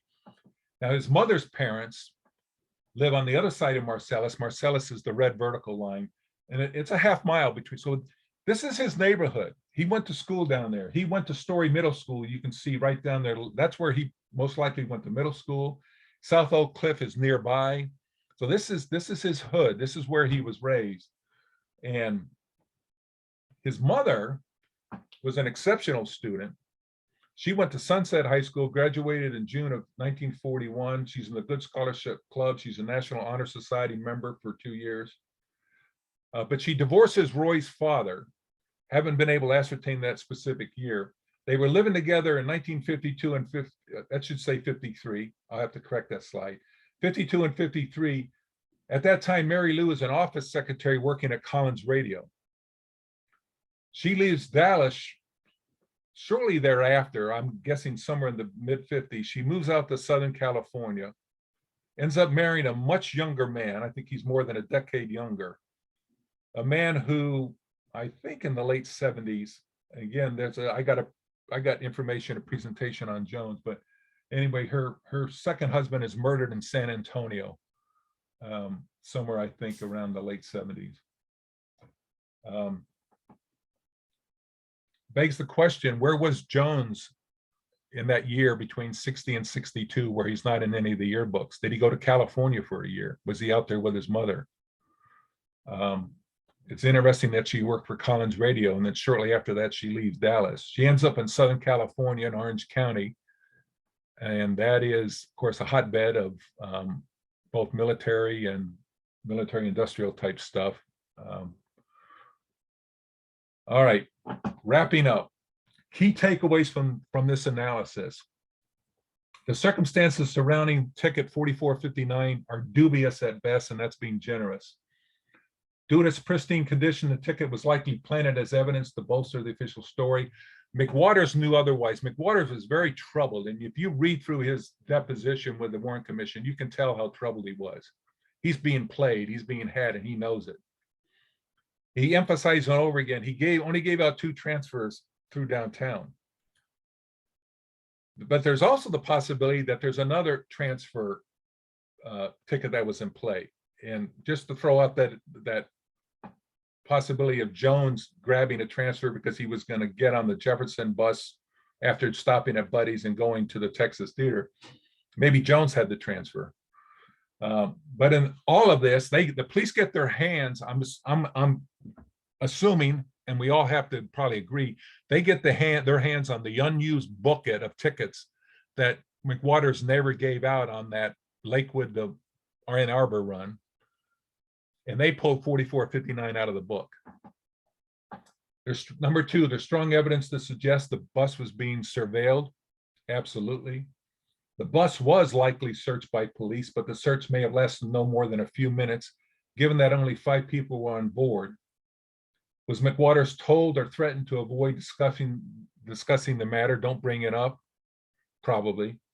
Number 4, Oswald may not have been on the bus. I'm not arguing that Oswald was ever on the Marsalis bus, but someone was. This man may have had a role in the assassination, or perhaps not, but it appears he was being set up. We know that through Reed's photos. Reed's a high-ranking Army guy, and his dad's dying in Colorado, and he's out there taking pictures of the bus. Okay. He's on the job. Number 5, it's likely this man sensed the trap and exited the bus shortly after he boarded. So if it's the man who got the gun from Ruby, if Ruby told him, let's say Ruby told him, go take the bus and go on down to my apartment or something, wherever he told him to go. The whole idea is this guy that he gave the gun to told him to get on the bus. They were setting him up. And whoever he gave the gun to sensed that he was being set up and got off. So I don't know who Ruby gave. Ruby gave the gun to an Oswald guy, an Oswald that the girls in the Dowtex ate lunch with. They knew him as Oswald, and they knew that he knew Ruby. Number 6, a third man, also known as the Green Man, rode the bus to Oak Cliff. This is not Roy Jones, and it's not the on and off man. This man may have been the real focus of investigators on 11/22. If he got off the bus at Marsalis and 10th at 1:05, and he's the guy who encounters Tippett, just spitballing, they would be on it, okay? And maybe that's what they're trying to piece together in the affidavit, because the affidavit, in the original Dallas affidavit, he doesn't know where this man gets off the bus, so he just talks about the grinning man. Did he exit the bus at 10th and Marsalis? Was he involved in the assassination? Was he involved in Tippett's murder? Or did he ride the bus past Sainer and walk to the house at 3126 Harlandale? Maybe he did go all the way down, and maybe it's Jones who gets off the bus at Marsalis and 10th. But there's something that's not right about the 302 report on Jones. If he boarded at the Capri Theater and rode the bus all the way to Brownlee, like he said he did, then what in the hell is McWaters challenging him with this statement that he thought he was mixed up in the assassination and everything? That doesn't hold water. It makes no sense. Jones may have been in Dealey Plaza when JFK was shot, then boarded the McWaters bus near Houston. Unlikely, maybe. Jones may have exited the bus at 10th and Marsalis. Did he take a transfer? Did he pop into Buddies, then walk to the Texas Theater to meet friends? Did he have the transfer with him? Perhaps he spoke with police at the Tippett scene and or the theater. Was he the man taken out the back of the theater as seen by Bernard Hare? Was Jones interviewed by the police or the FBI in 11/22? If so, there's no record. He may have been involved in a lineup, either as a witness or a suspect. There's evidence that additional lineups were conducted that are not in the official record. And there are problems with a couple of these witnesses who said that there were 6 to 7 boys, teenagers, that were brought out. The official record is that every lineup had 4 people. Brennan is unaccounted for. Brennan stood for a lineup, but he's not officially in the record. He's kind of blended into the second lineup, but he would be a standalone as well. So anyway, I believe that there's other lineups going, something else, and I think there's things that were being hid. But something happened with Jones that was the catalyst for the DPD to go looking for McWaters. I don't think it was the the ticket. I don't think it was transfer 4459. Whatever reason they had to go looking for McWaters, I think Jones, something led them to it now. And not to belabor the point, but I think that's the linchpin in all of this. It's possible that both Jones and the third man rode the bus to Oak Cliff and exited south at Sainer. Maybe nobody got off near 10th and Marsalis. But I think it's the more likely scenario that one of them did, and it happened before Tippett was murdered. And the last slide, just to revisit, and I referred to this before, the man who's sitting behind Jones, who's the on and off man, he is off the bus when the grinning man then gets on, much closer to Dealey Plaza. And the grinning man is sitting right behind Jones, because we know after they turned on the Houston, McWaters has a conversation with a teenager and the man is sitting behind him, and they're already southbound heading to Oak Cliff. The on and off man is already off the bus. So that is the end of the presentation. And I'll open it up to questions. Yeah, thank you, Brooks. Very, very interesting. Johnny, do you want to kick off? You had some questions earlier on. Sure. If you give me a minute, I'm just going to read what I've wrote here. First of all, thanks for talking. Found it really interesting. My first question is, you've titled your talk as Oswald's Escape. Can you just kind of talk a little bit about what Oswald was escaping from? Well,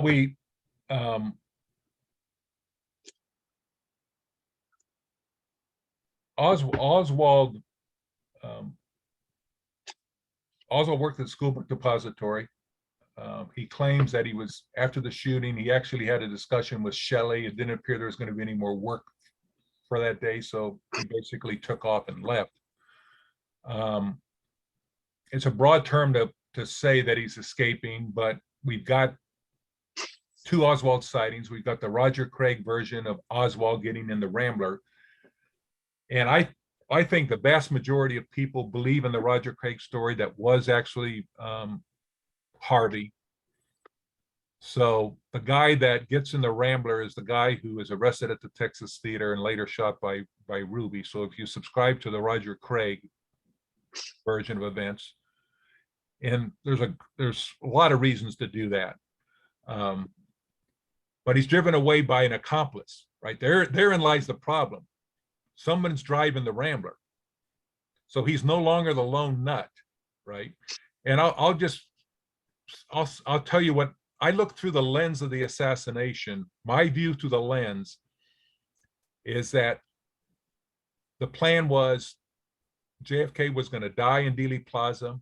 There was absolutely no way after the first shot was fired that man was going to get out of there alive. There were multiple shooters, 3, 4, 5, 6 gunmen. They had him surrounded. There were, as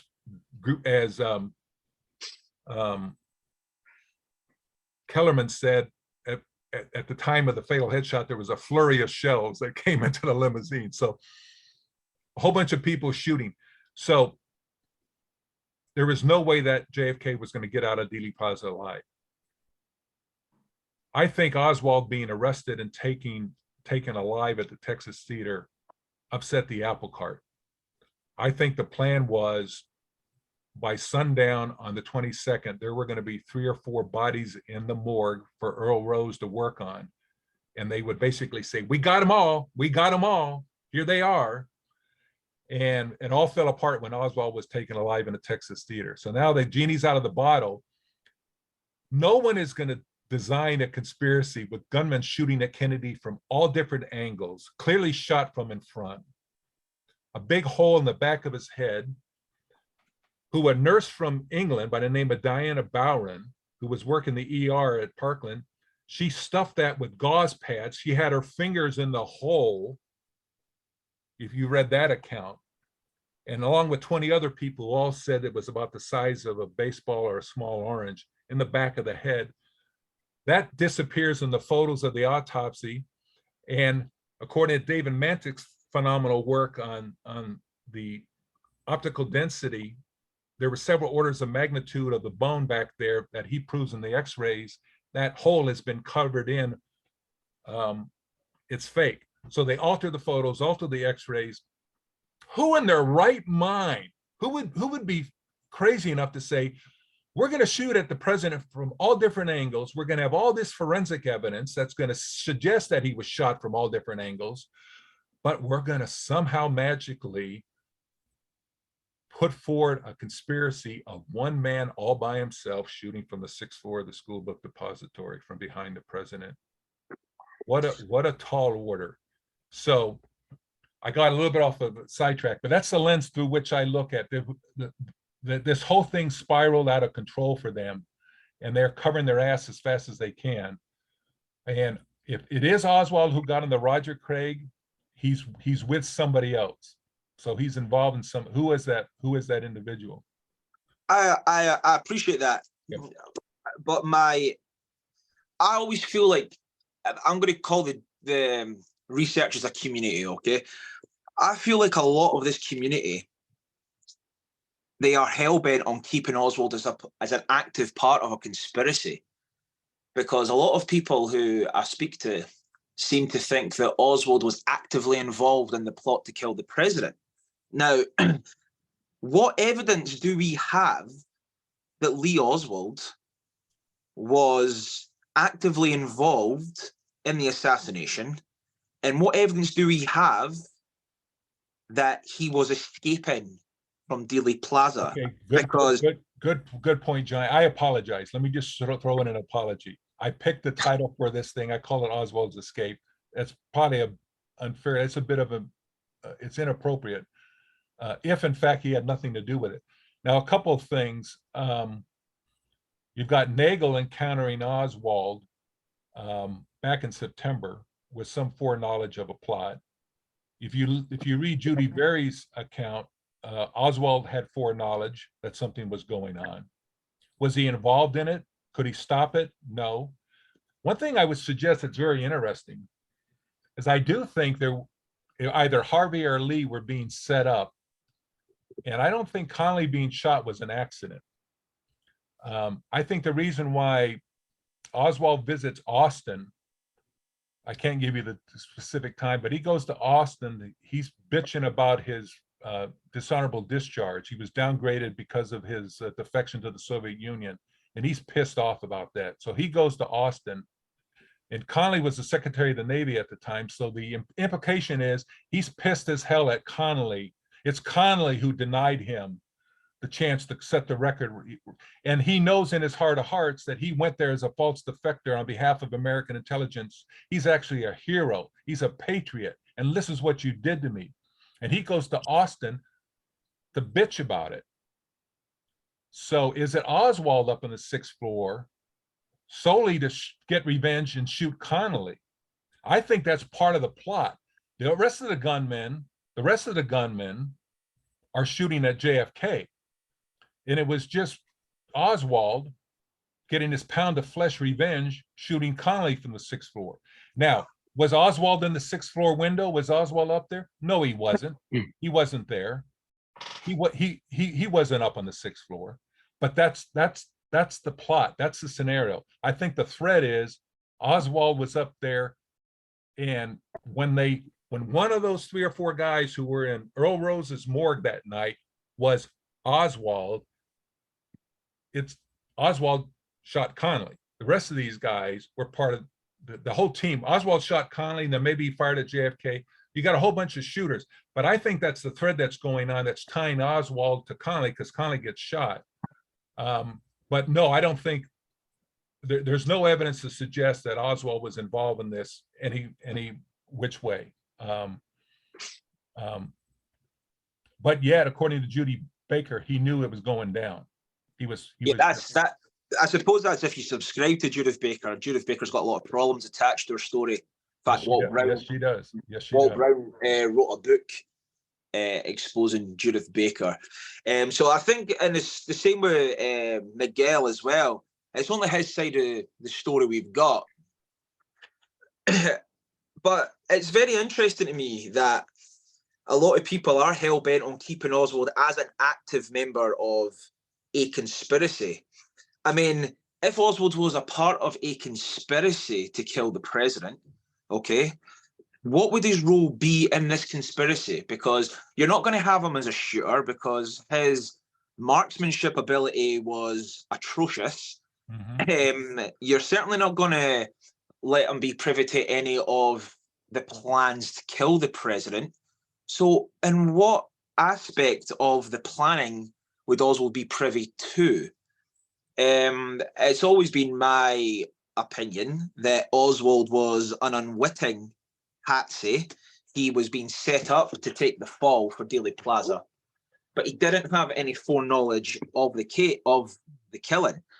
And if people charge that he did, then they need to come up with good evidence to back up that claim. That's a very good point. And forgive me, I quoted Judy Baker in her book Lee and Me, and I just quoted it on the surface, print on the page. I will say this: I think I do subscribe to Harvey and Lee. I do think that Harvey was, I actually believe he was Hungarian. It's interesting that John Pick married a girl by the name of Furman. She was Hungarian. Judy Baker comes from a Hungarian family. Judy Baker meets Oswald for the first time in the post office in New Orleans, and according to her account, greets him in Russian. Who in the hell greets a perfect stranger in Russian? Exactly. Judy Baker was instructed by her new husband, when you get to New Orleans, take an ad out in the Picayune Times and put the code, Varico, VARYKO, all in caps, Varico, put that in there as an ad. That way I'll know you're okay, that everything's fine. That's cryptic. I mean, that's something that an intelligence operator would do. Now, if you look at her background and her whole story, she marries Robert Baker, right? Robert Baker's father lived in a bedroom community outside Eglin Air Force Base down in the Panhandle, which of course is where Operation Northwoods was emanate from. I highly suspect that maybe Robert Baker's, and this is all skeptical, okay? Robert Baker's father might have been military intelligence. Maybe he was running Robert through Judy. Judy is assigned to watch and partner up with Oswald in New Orleans. I don't know what's going on with Judy Baker. Her book, no one keeps records, payroll records and information and data. It's like Ruth Payne. Unless you're an intelligence operative, you don't keep all that stuff. You can't go back in time and chronicle with such amazing detail the way that she does, the way Ruth Payne does, unless you do it for a living, okay? Unless you're being instructed to do it. So I personally have always had a question of, you know, I think Judy was involved in something in a very innocent manner. Exactly, I think she was being positioned and being moved as a chess piece, just the way Oswald was. Yeah, that's what I have to say about Judy. But I've got one last question for you. Is regarding the lineups. I've recently done a deep dive into the lineups that Lee Oswald was subjected to on the 22nd and 23rd. Now, in his book, No Case to Answer, Ian Griggs talks about Howard Brennan and how there is no evidence at all that Howard Brennan was at any lineup at. Now, if you go through all the witness testimony, like you're talking people like Calloway, Ginyard, McWaters, the Davis sisters, Whaley, Scoggins, not one of them mention Howard Brennan. Not one of them do, right? Now, I was recently on the Texas portal and I came across the Dallas Police notes, the official inventory of the people that attended the lineups. And they do not mention Howard Brennan at all. None of the affidavits, none of the testimonies of the officers who conducted these lineups mention Howard Brennan. And also in the Warren report, it gives you it gives you a kind of list of all the witnesses who attended the lineups and Howard Brennan is not there. So it's quite interesting that we have no evidence whatsoever that Brennan actually was subjected to a lineup. And if he was subjected to a lineup, why do we not know anything about it? Which is a very good point. Yeah, very that good I think point. I would go on. And another thing about the lineups, what were McWaters and Whaley witnesses to? Because last time I checked, boarding a bus and taking a taxi cab wasn't a crime. And also, why was McWaters viewing a lineup with Calloway and Ginyard when they were completely separate murder cases? And it'd be the same with Whaley and Scoggins. If Whaley is a witness to Oswald fleeing, if you want to call it, the JFK assassination or Dealey Plaza, then why is he attending a lineup with Scoggins, who was a witness allegedly to the Tippett case? Mhm. So there's all sorts of problems with these lineups. Yeah, so I just thought I would like to clarify that as well. No, very, very, very good point. One interesting comment about Scoggins is when you read his story, he picked up a passenger at Love Field and dropped him off at an apartment building on Ewing, where I'm trying to think that was it Kathy Kay? I'm trying to remember the gal that lived there who was involved with a police officer who was It was watching over Kathy, it was Kathy Kay Brooks. Yeah, what's Kathy Kay? Yeah, Yeah. Olsen's girlfriend. And Yeah, Olsen. Yeah, Harry to Olsen's be girlfriend. wife, to Yeah. be wife. So he drops off somebody at her apartment, and then from there ends up right in the catbird seat at the corner of 10th and Patton in the perfect spot, which he blames on the fact that there were too many cars parked and he had to pull all the way up to by 10th in order to have a spot. And but it's there was a third cabbie, a third taxi driver involved in this whole narrative, which I think Henry Wade alluded to by name, but no evidence that he was involved. When you read Whaley's account and then you read Scoggins, they both seem to indicate that they were both together in the lineup, but this third cab driver and whatever role he had to play in things has always puzzled researchers. But Yeah. I mean, good points on the lineup. I mean, there are a lot of issues with the lineup, and I think Scoggins for one, and I forget who the other, both said there were roughly 6 boys that were brought out. You know, so whatever lineup they're looking at, maybe it was a second lineup. Well, Brennan testified that there were 7 people at his lineup. Exactly. And when he was asked by the questioning counsel if they were all white or if they were black or whatever, Brennan said he couldn't remember. Who can't remember? I mean, this is one of the most important things that Brennan's probably ever done in his entire life. How can he not remember this point? Absolutely. So yeah, the lineups were an abomination, and I've got an article coming out in the Dealey Plaza Echo in the September issue, and one of the points is about the lineups and just what the Dallas police did to Lee Oswald at these lineups. It's actually shocking what they did to him. Oh yes. So yeah. Anyway, sorry, I'll let the question open for other people. Brooks, you mentioned a third taxi driver. Wasn't that just a name that Wade just plucked out of thin air because he couldn't remember either Scoggins or Whaley? We don't know. It's led to a lot of speculation, and we just don't know. I've never seen anybody offer. It's probably out there, and again, there's so much material you can read on all of this, but some people, I think that, let me see one version of that I saw, that perhaps he was the guy that picked up Oswald as he left 1026 and took him down to the Tippett scene. I mean, there was a lot of speculation as to, all we know about Oswald, and again, I made this comment recently, 1026 North Beckley is the first time any residence, any job that Oswald did not use his real name. And I think there's a lot of evidence to suggest, strong evidence to suggest, that the man who was staying at 1026 North Beckley is not the guy who was arrested at the Texas Theater, the guy who worked at the school book depository. And probably the most compelling evidence is that if you track his schedule from the time that he rents at North Beckley up until the assassination, there would have been 20 plus times that he would have taken the bus in the morning to Dealey Plaza to go to work, and about 20 plus times coming home. That's taking out the trips that he made to Irving on the weekend, right? To Payne's house. 20 plus times going to work and coming back. We don't have one bus driver, one witness, one passenger. Now, he rode the bus to work the day before the assassination on the 21st, but then went home that night to Irving with Beale Frazier, right? So the day before the assassination and the day before that and the weeks before that, 20 plus times coming and going, same people on the bus, because all these people, there's a routine, right?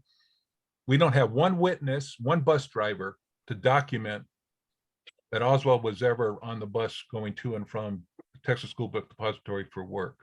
Well, we do the have most compelling evidence. we do have one witness. It's Mary Hollis, but people like Bart and Nancy think she's a complete fruitcake anyway. But Okay. she does claim in her sixth floor oral history that she rode the bus with Oswald. I stand corrected. There's always one fly in the ointment, right? Yeah, but yeah, if you read her testimony, you will. Well, that's kind of like Barbara Jeanette Davis, one of the Davis girls, right? Every witness, there are like 10 witnesses at the Tippit scene, all said he was in a light colored jacket, off-white, light beige, tan, light blue, but it was light. Every one of them said light jacket, light. She goes to Washington and says he's wearing a dark jacket. She's the bomb thrower, you know. That's all you need is one eyewitness to throw a bomb in the middle of it, and then everything gets discounted, you know. So you don't know who to believe. But anyway, next question. Mike, you got your hand up. Do you want to go ahead? Yes, and then I do. Thanks. Let me turn it. Let me lower it. Yeah, my question was about the fact that they didn't find the transfer at the Texas Theater when they searched Oswald, supposedly. I just make the point that not only did they not find the transfer, if he had it, but they also didn't find a pocket full of bullets at the Texas Theater. Oswald was frisked 3 times. Once in the car coming from the theater towards City Hall by Paul Bentley, and was frisked again by Charles Truman Walker upon arrival. They didn't find anything. And then when he went after the interrogation at 4 o'clock, went to the Helen Markham lineup. It was the 3rd time he got frisked.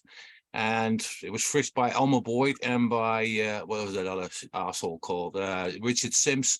And they both frisked him, and one found the ticket and the other one found the 5 bullets as such. And that was the third frisk as such. So Thank you, Bart. no worries. That's right. Yes. Whoa. Yeah, that's painful.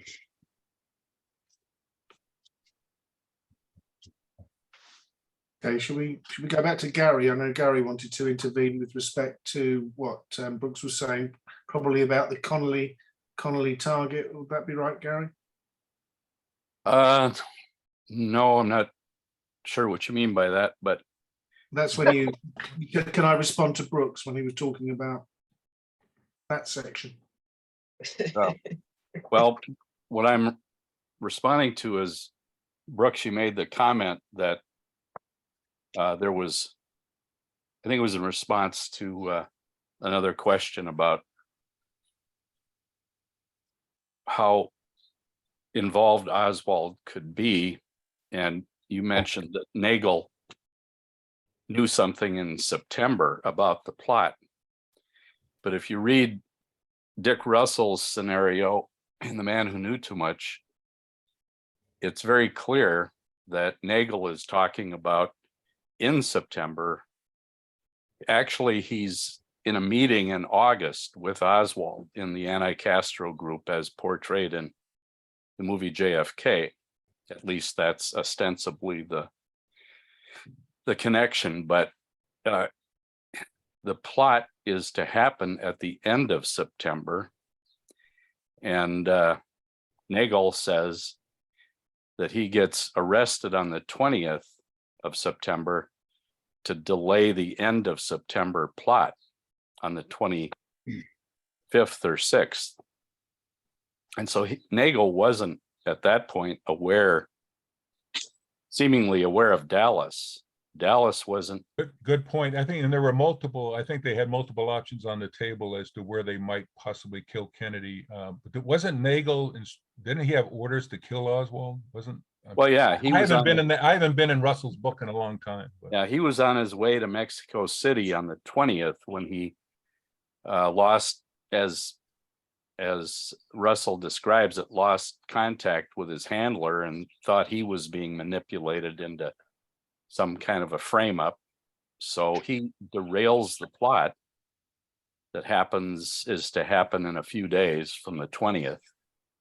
And it isn't decided to add Dallas until the night of the 25th of September. And, you know, Nagel may have spoken about Dallas subsequent to the 20th or the 25th, but as of the 20th, his urgency is to derail the plot that he believes, based on the August meeting in New Orleans, that he's got to do something to stop the plot. I mean, he's been ordered by the Russians to get to Mexico City to kill Oswald because the ultra-right is plotting. Well, I happened to be there that day on the 25th of September and accidentally breached security that day.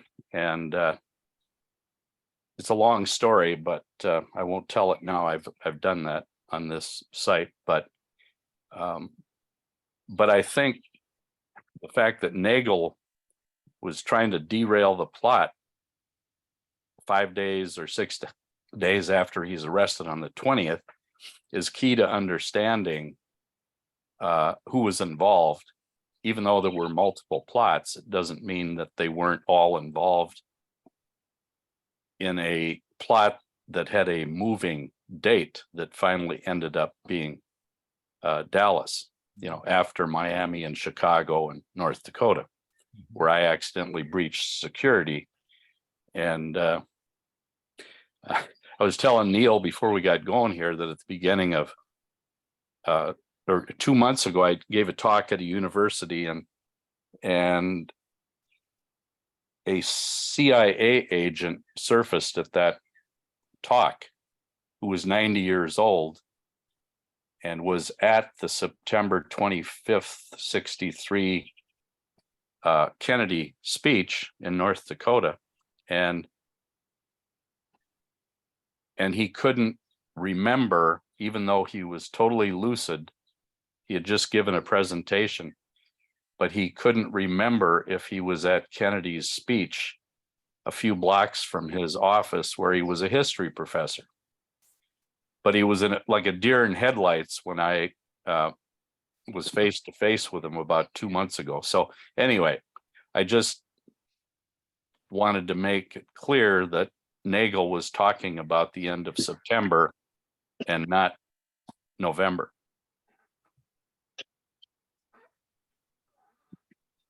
Gotcha. I could maybe add something here actually. Neil made a very good point in York about Whaley's testimony, and it was about Oswald being dropped off by Whaley, then walking north on Beckley towards towards Jefferson. Yeah. He walks south in front of South.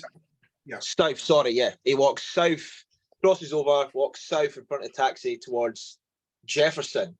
Now, we do have a witness, Butch Burroughs, that claims that Oswald entered the Texas Theatre between 1 and 1:06.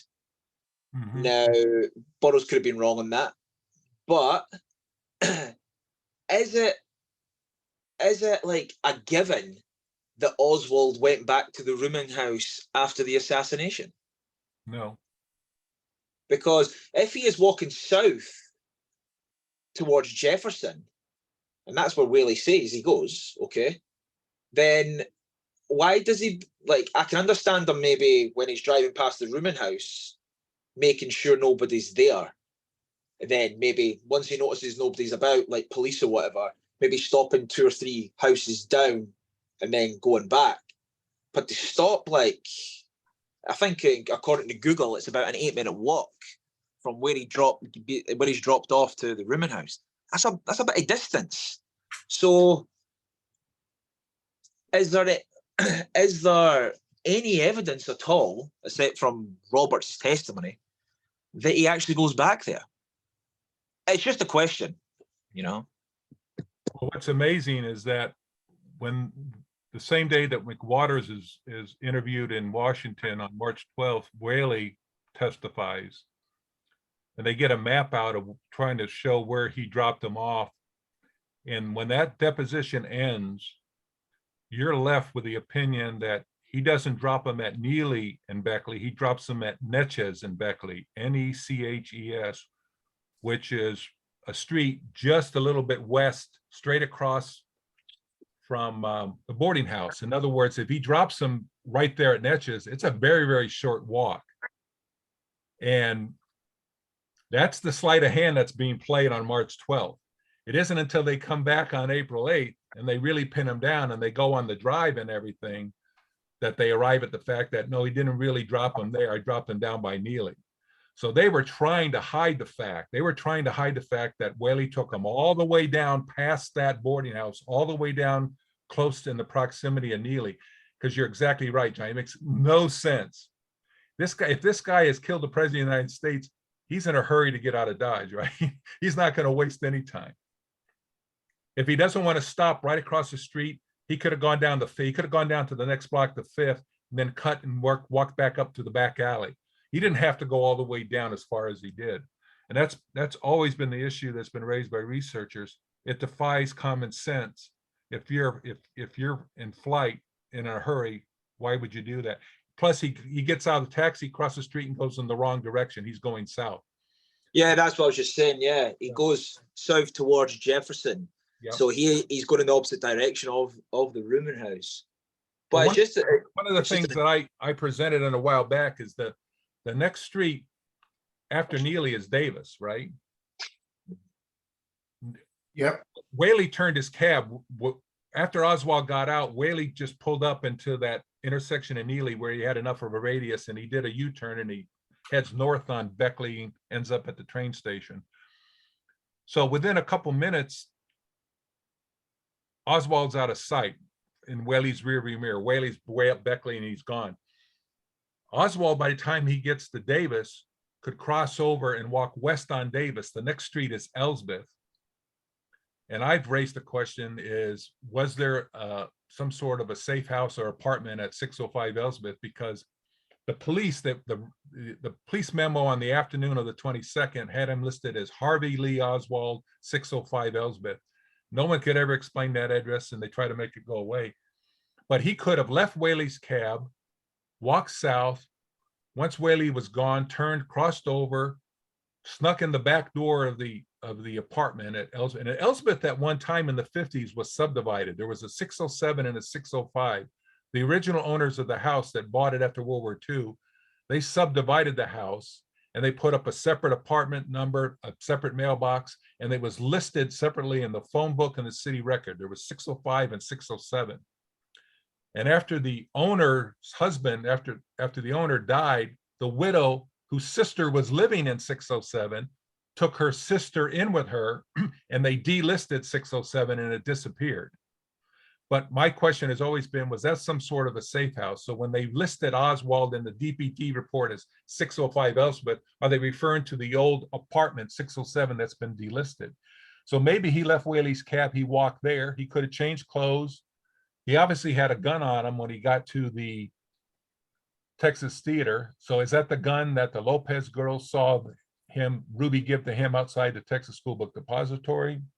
Or well, get the gun, but he could then walk from Elsbeth to the Texas Theater and get there by the time that Butch Burroughs said he came in at 106, 107. He could do all that on foot, leave Whaley, go to 605, from 605, walk to the Texas Theater.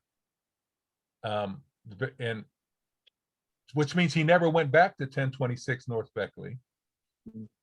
Yeah, I think the thing is with Ruby giving him a gun is Ruby is accounted for during the assassination and in the aftermath of the assassination. He's got an alibi, isn't he? Yeah, but there's a window of time where, like 15-20 minute window where he snuck on over there. Well, the thing is, what I would argue with, to say that Ruby was in Dealey Plaza, you need to have some absolute concrete evidence to suggest it. And I've just never seen any sort of evidence that Ruby was in Dealey Plaza. Has anybody?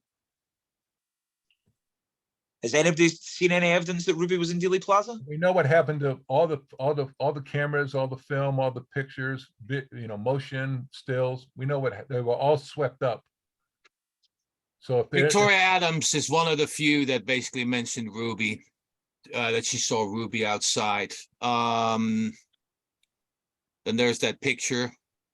I don't know. The Willis photo where there was a crop when it got first published. The photo was cropped, but there's an individual on the right side seen from the profile, the person that looks very similar to Jack Ruby. Whether it's Jack Ruby, I'll leave that for others to speculate on.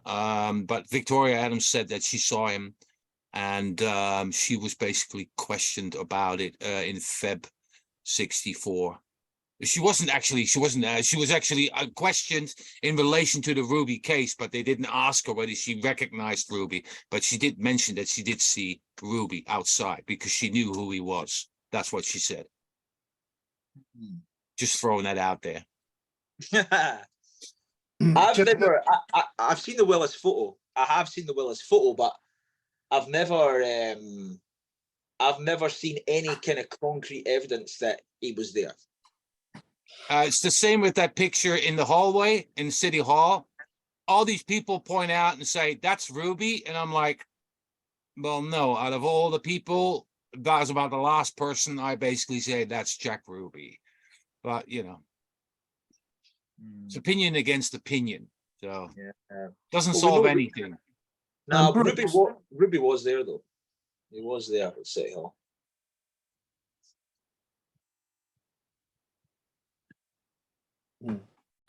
Brooks, just going back to the drop-off, if I recall, didn't he say he wanted to go to 500 block of Beckley and then asked to be dropped off at 700, go Neely Street, but 500 block, of course, is where El Chico's is. Good point. And, who knows whether that was whether there was any nefarious activities going on there, but we do know about the whole white Pate Oswald lookalike observation in the car park of El Chico's. Yeah, that's the one thing I've always pointed out is that the TF White, the mechanic, saw Oswald around 2 o'clock after he's already in custody, and he got within 10 to 15 feet of the car before Oswald sped out of the parking lot. And of course, this is the car that's got Carl Mather's license plates on it, right? Exactly. Yeah. But he claims from 10 to 15 feet. It was, so we got lots of Oswalds, but we know it's not our Oswald. We know it's not Harvey because Harvey's in the middle of the back seat on his way downtown. So. I just wondered, Joe, in the chat you mentioned that you'd written an article on the bus ride. I think is there anything that you'd like to address with Brooks at all? Well, let's see where to start. Yeah, I looked into this a while ago. My conclusion is that let me get up here. Oswald was never on Cecil McWhorter's bus. He was never on Will and Whaley's cab. it's all an invention to come up with an escape for how he got out of Dealey Plaza without somebody driving him, which is an accomplice, and you get into questions of conspiracy. Yeah, exactly. Cecil McWhorter, if you study everything, it was normal for him to rest his bus in his evening run right outside city headquarters where the Dallas police are. And over that night and that weekend, as I think they're trying to figure it out, and we have to have Oswald escape somehow, somebody comes up with the idea of public transportation and probably looks out the window, and there's Cecil McWhorter's bus. Get him and drag him in. And also, if you look at the standard operating procedure of the Dallas police, really, they write a witness's story for them. They write it and they type it up. So I think the whole thing is not coming from Cecil McWhorter's, but is coming from the Dallas police to Cecil McWhorter's and William Whaley back to the Dallas police. The story does not originate with those two. It really originates with the Dallas police because they're caught in a bind. And that's why they have so much trouble with their story and so much trouble with the lineup and so much story with the Warren Commission. And if you look at Harold Weisberg and Sylvia Marr, they figured this out a long time ago. And if you're starting to look at this through the prism of John Armstrong's book and Harvey and Lee, you have to unfuck the evidence from John Armstrong's conclusions and go back to the original stuff and look at everything contextually and chronologically to figure what happened. Yeah, that's exactly what I'm doing, because there's a lot of mistakes in John's work after Mexico City. You know, it's Take that book and put it in a hefty garbage bag and leave it out by the curb where it belongs. It's the biggest let me scam say, in the history of this case. it's extremely valuable, the early years up to the defective. No, none of it is, because Armstrong is binary. It's either Harvey or Lee. It goes in this column or that column with everything. And that's just not the case.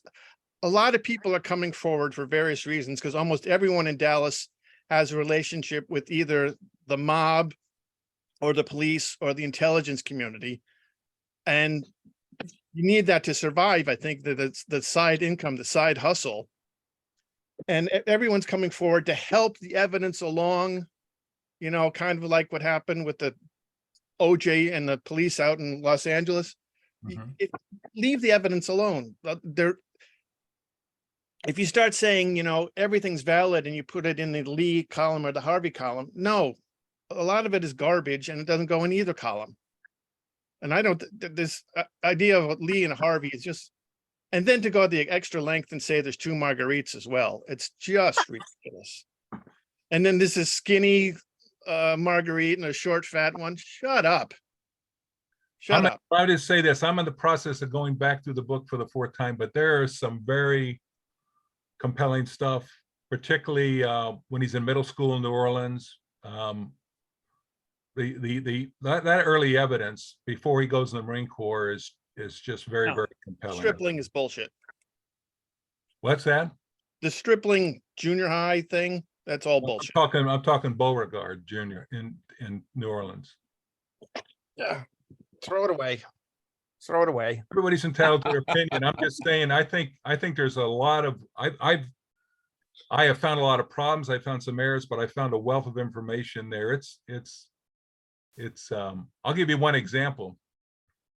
And again, you're right, it's binary, because there's a situation where Oswald goes to the furniture mart, and he goes in and he's got a plunger for a gun and he's looking, but there was a gun shop. It's been converted to a furniture store. And they tell him, well, the furniture, you can go down to this gun shop and everything. And then he leaves and he goes out and he gets Marina, who brings in Marina, who's got the baby, and then she's got a little girl. Yeah, it's all these double Oswalds, and then they double Marina, and they double their infant baby girl. It's all, and that's what I'm talking about. People come forward with all this stuff. It doesn't go into the Lee or Harvey column. Okay, this does not go in the Lee or Harvey column. This is a Michael Payne situation. Let me explain it to you. This is the one time where they brought Marina back with those two women, sat them together, and Marina denied, but she was wearing this pink jacket. Yeah, I've got a pink jacket, but Marina, that was Michael Payne that came in there with his 4-year-old daughter who was dark-haired, because the women said it was the dark-haired girl. June was blonde. So Michael Payne is driving the Payne wagon with his 4-year-old, and Ruth has probably got June and the boy.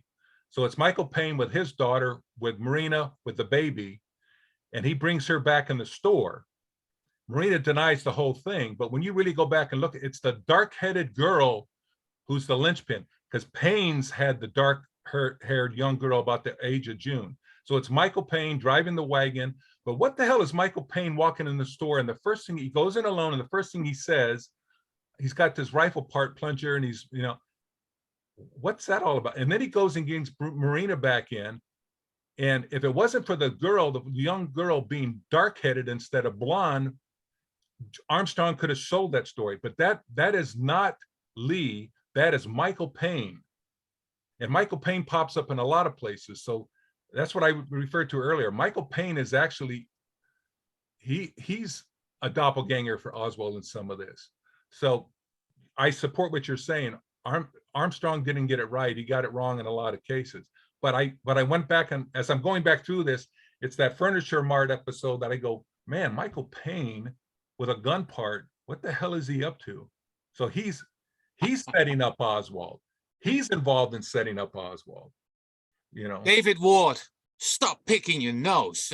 Here, I'm going to share something. I just want to, this is something that's interesting.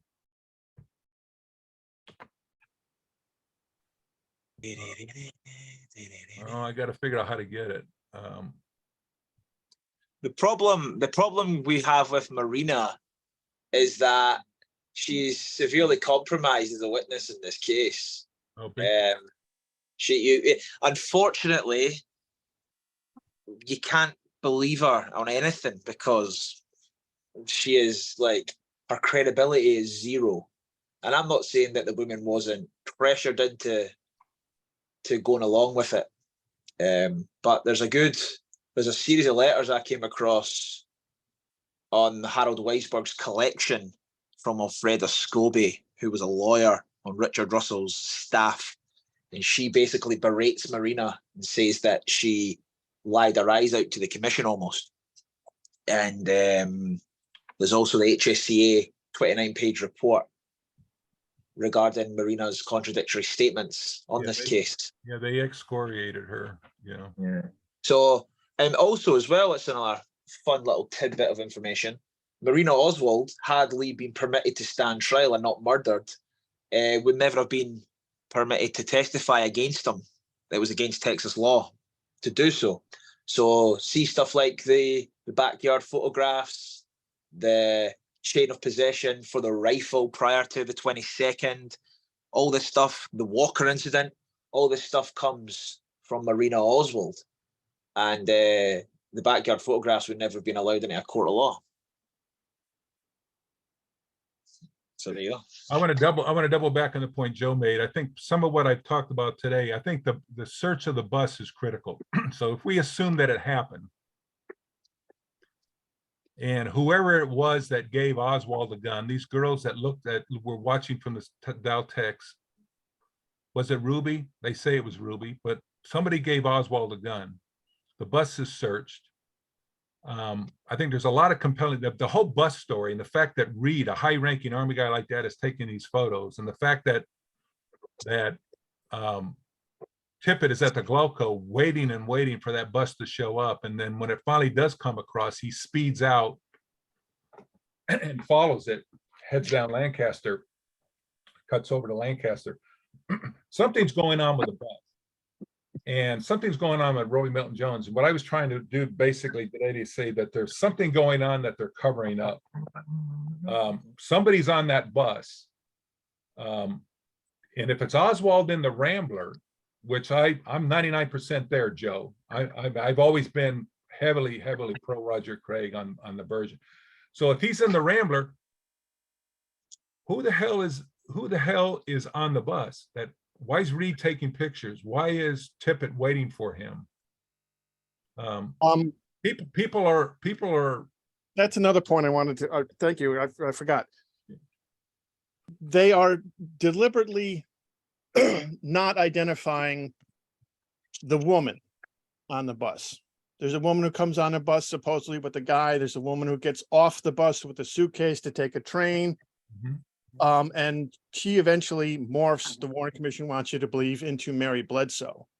They're also deliberately not identifying a guy, a young man, a guy who laughs, and confusing him with Roy Milton Jones and Oswald.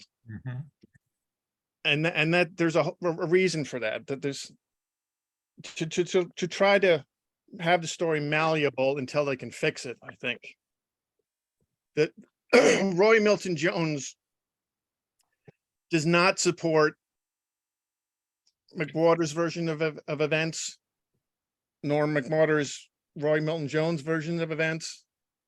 They don't quite mesh. So, and I don't think Mary Bledsoe was on that bus at all. And I think they kind of invent the notion that Oswald rented a room from this woman to just find somebody who's a landlord and say, you know, you had Oswald for a few days. And there's no proof that Oswald actually was in Mary Bledsoe's place. And there's a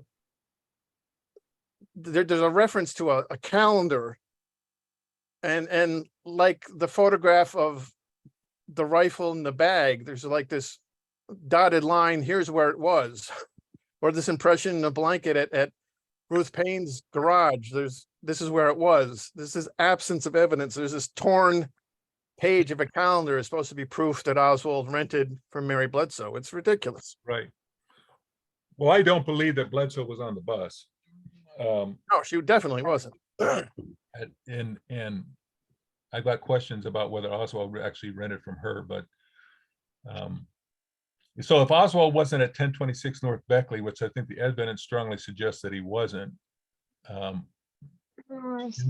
then he wasn't at Bledsoe's the week before, both of those get thrown out the window, you know. And as I think I said in a recent chat that we were having with the Kansas City guys, is that Larry Rivera in his book, the JFK Horseman, he interviews, I think it's Roy Lewis, young black guy, if I could, that basically says that no, he didn't ride with Buell Frazier on weekends. Buell brought him to work every day, and that one comment. All of a sudden, as I'm looking through Armstrong's Harvey versus Lee duality and who's in Irving and who's in Oak Cliff, that one comment all of a sudden flipped everything on its head. And that's when I came to realize it all makes a lot more sense now if Harvey's up in, if Oswald's up in Irving the whole time, and whoever's at Beckley is an imposter. And they were in there like at 1:30. The police actually were in Beckley before Oswald was arrested in the theater. And they took everything out of there, including the sheets, the towels, and the washcloths.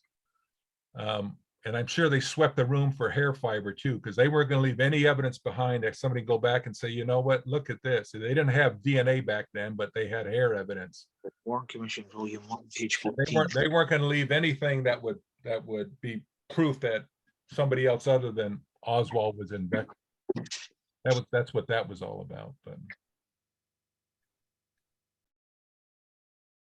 But Joe, I don't disagree with you. I mean, if the whole bus taxi thing is a fiction as it relates to that the real Oswald's in the Rambler, all I'm trying to suggest is I think there's a lot more to the story, and there's I think somebody was being set up, and I revert back to the lens that I looked through.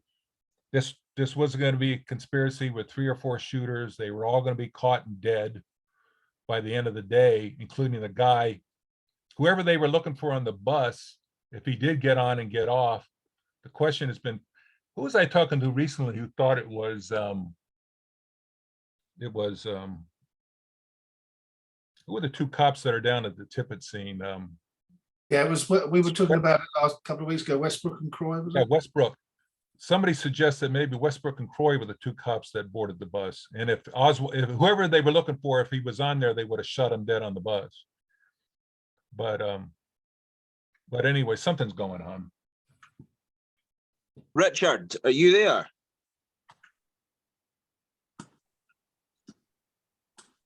Is Richard there? Well, he's showing he's still there, but No, camera's he just asked a question on the chat, and I was just going to point him out to it. It's Yes, I am here. Sorry, Johnny. it's all right, mate. It's that question that you're asking the answer to. Hmm. It's Marina's testimony. It's volume 1, page 14 of the Warren Commission report. No, the Warren Commission report. It's the volume 1 of the testimony. And Marina said, I said before I had never seen it before, but I think you understand. I want to help you. So that's it. Page 14 of the first one. Right. Because the phrase that was quoted on Black Op Radio was, I have forgotten what I was supposed to say. And I've heard it mentioned a few times, but I can't actually find that phrase or something very close to it. Yeah, the only thing that I can think of is that there, when she says, you understand, I want to help you. Yeah, I mean, and there's a curious thing. Yes, this is Fateful Rifle of Lee Harvey Oswald. It all sounds very rehearsed, bit nonsensical. But yeah, I'm told that phrase does appear, but quite where it appears, I'm not sure. I'll go back. But yeah, That's all right, mate. Sorry. thanks for that. Right. I've got a question, Brooks, about something here. If I just you just give me a second. Is Milton Jones still alive? Do you know? Is Milton Jones still alive? He died recently. I'm not sure about that though. All right, okay. What about McWaters? Is he still alive? I doubt it. No, he died in like 95. Oh, did he? Right, okay, fair enough. And obviously Whaley died, was it 67? Yeah, car crash. Yeah, car crash. That's fair enough. Do we know if Oswald's prints were found on the bus ticket? Not that I've heard of. I don't think so. Yeah, That's that Whaley car crash, there was a Naval Reserve officer in for training that was riding in the back of that cab when Whaley was killed. Oh, really? Yeah. Yeah, was that not an older guy that's crashed into him or something like that, head first? Yeah, supposedly an older man, and it might have been a rainy day or something. Hey, I'm going to throw out something since we have a UK audience here. And again, I'm on the path of, I'm on the Hungarian connection. Because I do, because of Judy Baker's background, I think that's what if Harvey is, if there really is a Harvey and a Lee, and Harvey is really of Eastern European descent. And I go back to this woman who, the day after the assassination, took a train from New York up to Connecticut just so she can make a local call to Tippett's sister. And she gets her on the phone, non-traceable call, and says, I know who Oswald is. He's a communist. He was raised by his father and uncle, blah, blah, blah. Well, John Pick, the older brother, is working at Ellis Island in the Coast Guard. He lives in Little Italy, in the heart of Manhattan. That's I'm sorry, Little Hungary. So Pick is living in Little Hungary. He's married to a Hungarian woman. What's interesting is Mark Lane for 2 years was a state rep in the New York General Assembly.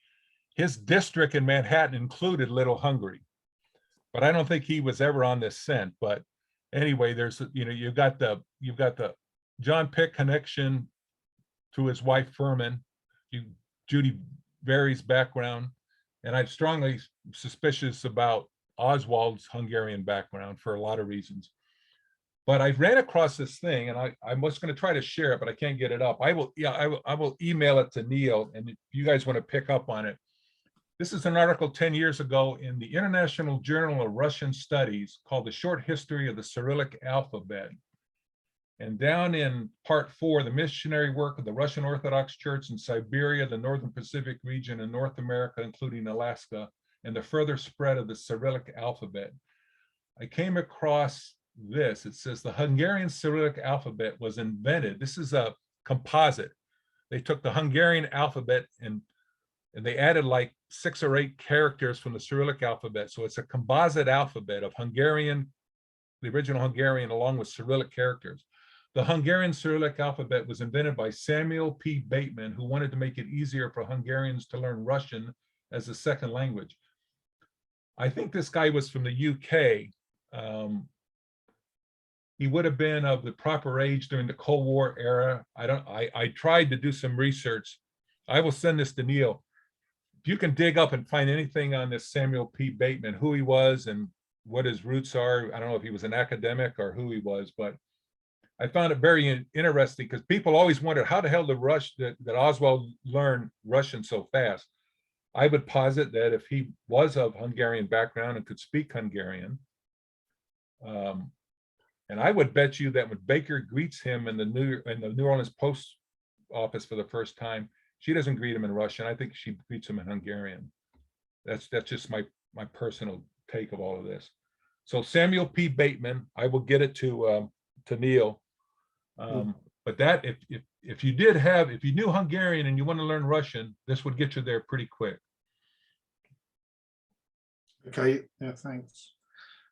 Brooks, can I just ask you, I mean, so you're veering towards the Rambler as the flight vehicle of choice. Do you want to discuss the tidy laundrette on West Davis?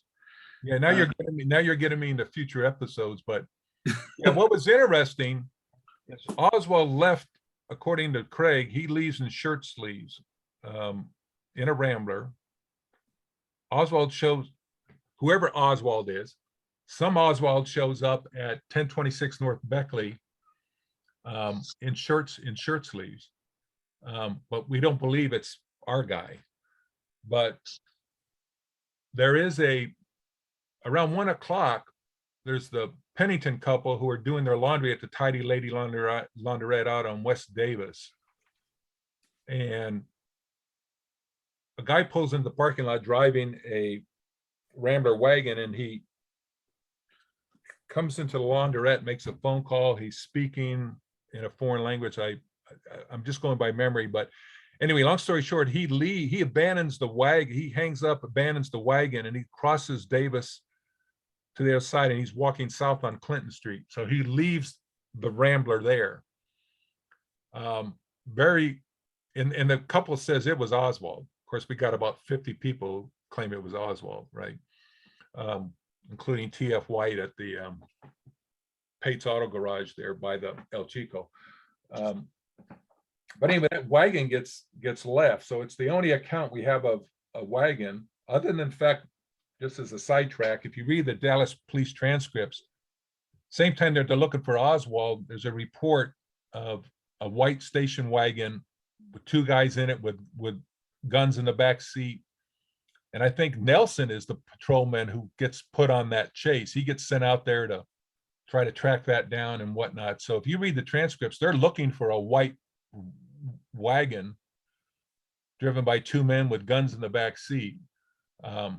That ends up not materializing into anything significant, but yeah. So what happened to the station wagon that left at the Tidy? And sadly, when the FBI interviews this older couple, and they are old, the Penningtons, they really couldn't. It sounds like they were there like between noon and 1, give or take, to do their laundry, but they never asked them, did this happen at the end of your visit? Or they could, again, so many things. But they did say he was in a dark jacket. They described this guy. He's in a dark jacket. And I think it was medium brown with dark brown vertical stripes, kind of an odd sounding jacket. We didn't get a lot of information from Earlene Roberts, but I heard it suggested recently that she was diabetic and may have even had visual problems, colorblind. So she could tell light from dark, but maybe couldn't tell colors per se or something. But yeah, the whole Tidy Lady Laundrette with the wagon getting dumped off there is very, very interesting to me. And now, if the other thing that I found intriguing is Sylvia Odio of the infamous exchange with the three men who came to her door, including the crazy Leon. Sylvie Odio had recently moved. She lived a block south of Davis. So if you went across the street from the Tidy Lady Laundrette, and then the next street you made a right and went west, it'd be like 5 or 6 blocks down. You would hit Sylvie Odio's new apartment. So where this guy left on foot, who he was and where he went, we don't know. But he's an outlier because he doesn't fit the timeline, but yet he's abandoning the station wagon there. Brooks, Lee Oswald couldn't drive. He never had a driver's license. The Lee Oswald. Well, there was a driver's license that was turned into the Texas Texas Department of Public Safety. I think 5 or 6 people saw and held the license in their hands. It was like the week after the assassination, the license got turned in. So there's verification and people who on the record who said they saw his license. I've read a lot and I've seen a lot of documents. I've never seen a driver's license, and all the testimony I've ever read and watched, everyone says he couldn't drive. Well, that fits the Harvey and Lee, because that was Armstrong's point. Harvey couldn't drive, Lee could, and on that basis, he divides the wheat from the chaff. I mean, he works his way through all the sightings based on can he drive or can't, you know. Yeah, but could you also say that there's only one Lee Harvey Oswald and he never drove? I mean, I think sometimes people look for patterns. Other than there was this license that got. Another interesting thing is there's that. Where's the source for this driver's license? Is this in a book or an article or something? Yeah, I've never seen it. Yeah, it's in Armstrong's book. He calls out the individuals by name who actually. The thing is, I've got Armstrong's book, and I have read through it, not in its entirety, but for certain bits, because I for one do not subscribe to the Harvey and Lee theory. But a lot of the things in Armstrong's book, when you look at his references and when you try and check his references out, they don't match. So I think there was one recently that I looked up and I couldn't find. I think it was something about the postal regs, or it was something anyway, and I couldn't find the reference. I never checked out. So, but everything I've ever watched, unless someone can point me in a different direction and show me proof, Lee Harvey Oswald could not drive. And if he could drive, then why did he take buses everywhere? Well, he didn't have a car. Hi. Well, he never had a car because he couldn't drive. And we'll go round and round and round and round. I know, but it's true though. You know, it's like if he could drive, okay. Are you telling me this is never ending? Oh no! Am I in the wrong group here? It's like what was it called? Ouroboros. There's like the snake in his tail. But I ain't ever seen any proof that he could drive. Oh, well, you know what? That's nothing compared to what I heard earlier this week. So I was told that the fat Nazi Otto Skorzeny was behind everything in Dealey Plaza. And that's the end of it. All right, okay. That's cool. The fat Nazi did it. All right. Case closed. Let's go home. Let's go to the Boy Scout Club in Clare instead. To be honest, I'll be honest. I mean, yeah, some people have got really wacky ideas. You know what I mean? Is this a good time to bring Gary in? Gary's got a point. He wants to come back, Brooks, with regard to the Little Hungry comment. Gary, do you want to come in? Tony, just sorry, are you in Dealey Plaza? I am, yeah. Were you the man behind the picket fence? I couldn't possibly comment. No, I was not us behind Louis Bledstone. I'm sorry, Gary. Please go ahead. You're still on mute, Gary. Sorry, mate. Unmute yourself, Gary. Brooks, I appreciate your talk. I failed to mention that my first comment. At any rate, Little Hungary is also known as Yorkville. It's on the Upper East Side of Manhattan. Correct. And about 20 years ago, I was at a conference in New York. So I had called the owner, Mr. Iser, before I left Minneapolis. And we talked, and he described Marguerite working there, and remembered the day that she basically just up and left. It's not like there was a 2-week notice. And so when I got to New York, I went to Yorkville, and, you know, I almost thought, gee, I'm going to hear Hungarian on the streets, but it was basically invisible because, you know, it's there and there's a culture, but you'd have to spend a couple of weeks to really home in on it. So at any rate, I was there. I went to the hosiery store, Lady Orva, Mr. Iser owned. It was kind of embarrassing because it was so spectacular that I wanted to stay there for hours, but of course that wouldn't have looked right. And for me to be hanging out in a hosiery store for hours. Now, what year again was this? Pardon? What year again was this? I'd say around 2000. And the thing is, his descendants, it looks like grandsons, there's 3 of them are still operating what has now become a much more extensive selection of goods besides hosiery. But Iser had a brother who also had a hosiery store in Dallas. And I don't know if that means anything, but it could have. It could have led Marguerite to Dallas. I don't know if she ever worked at a hosiery store in Dallas.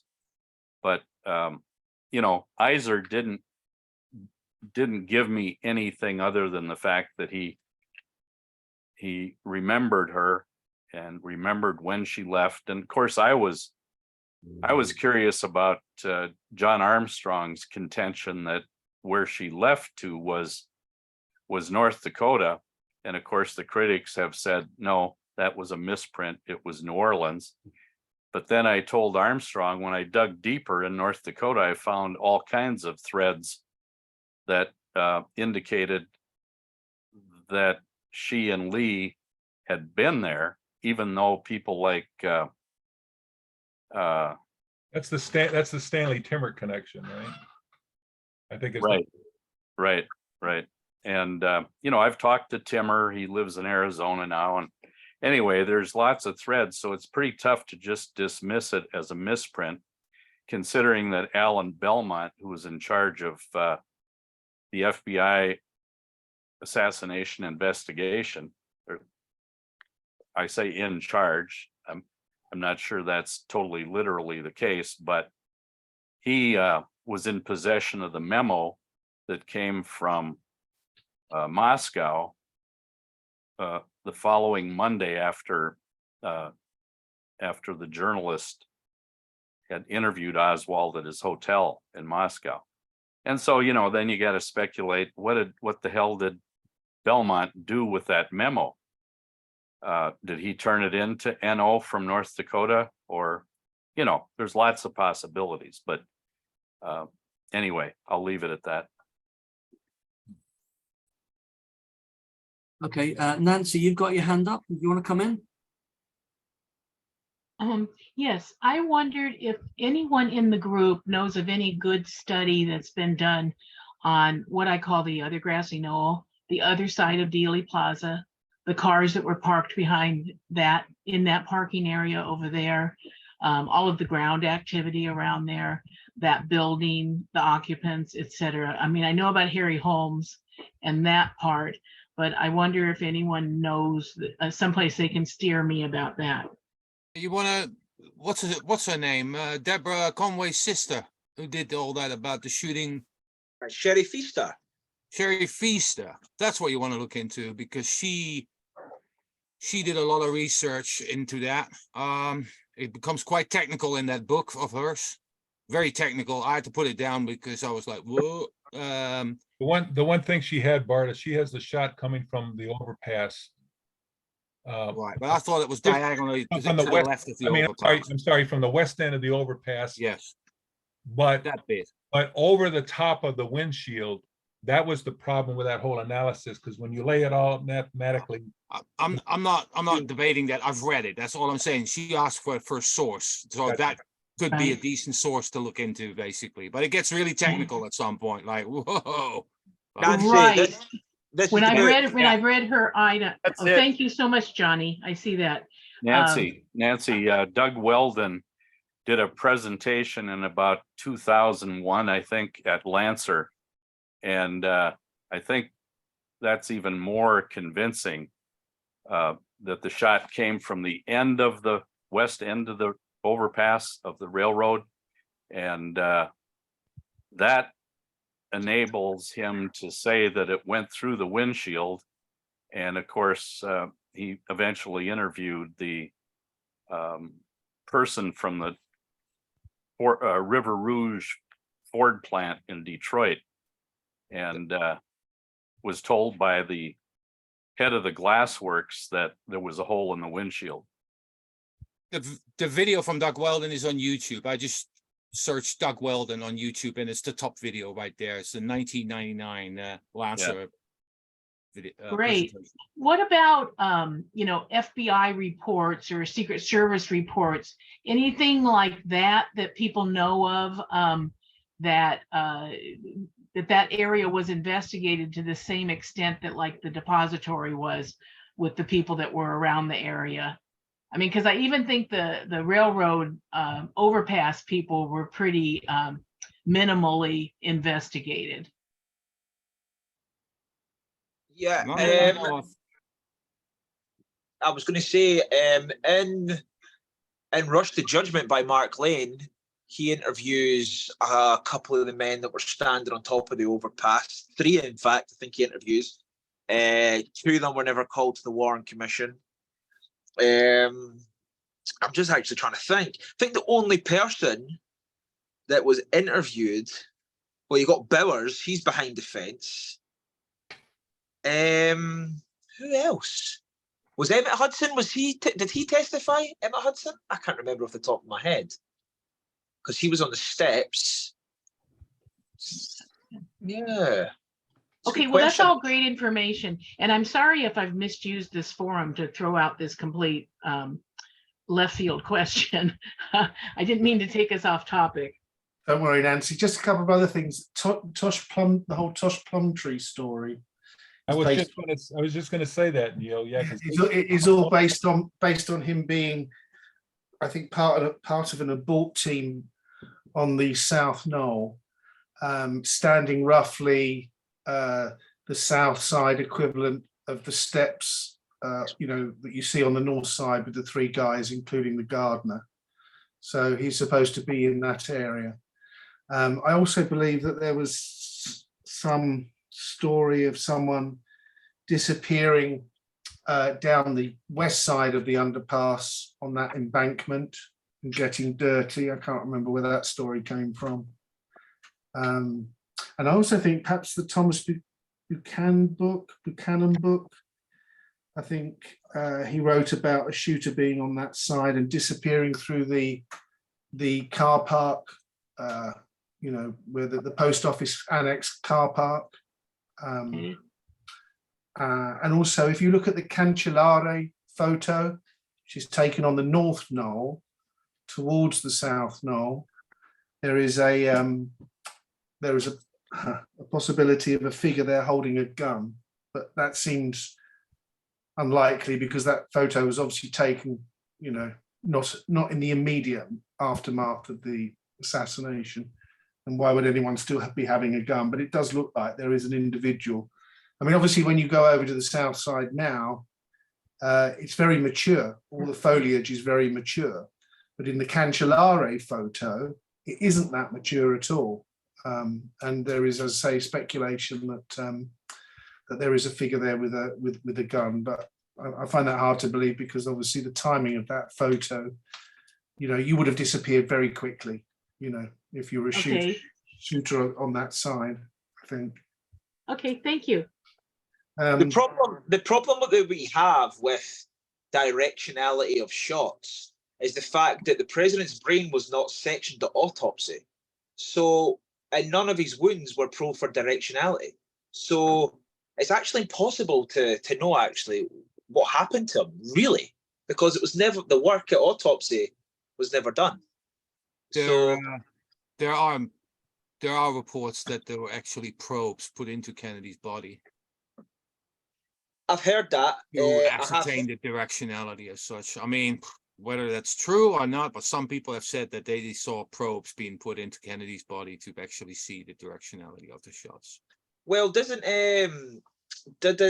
what do you call his name? Fink testify that he never probed the back wound for directionality. They never done anything with it.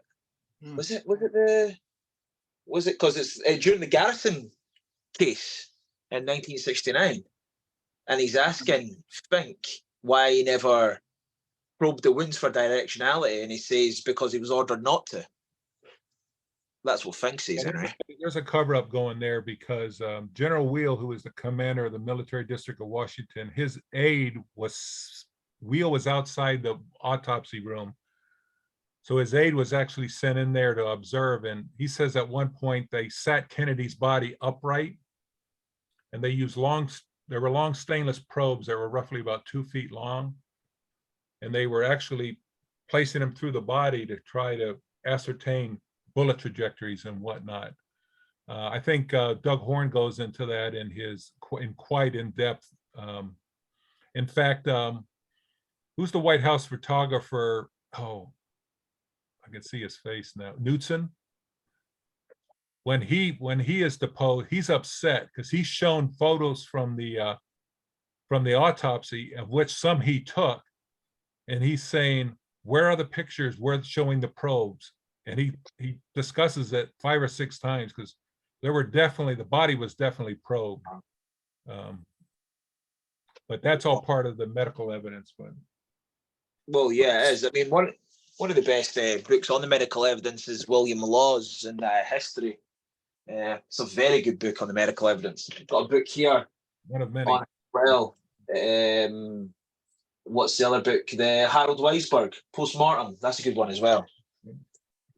Back to the driver's license. I'm looking at Armstrong's disc, which supports page 799 of the book of Harvey and Lee. He names 7 employees that saw the license. I think one lady who was a supervisor, her name is Aletha Frere.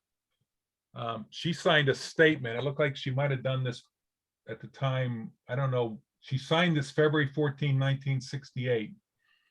And I'll read it. It says, the record IBM card on Oswald was pulled from the file. Several other employees, 5 or 6 of them of the department, saw the driver's license, which was dirty and worn as though it had been carried in a billfold. The license was the talk of the office that day, since everyone knew who Oswald was.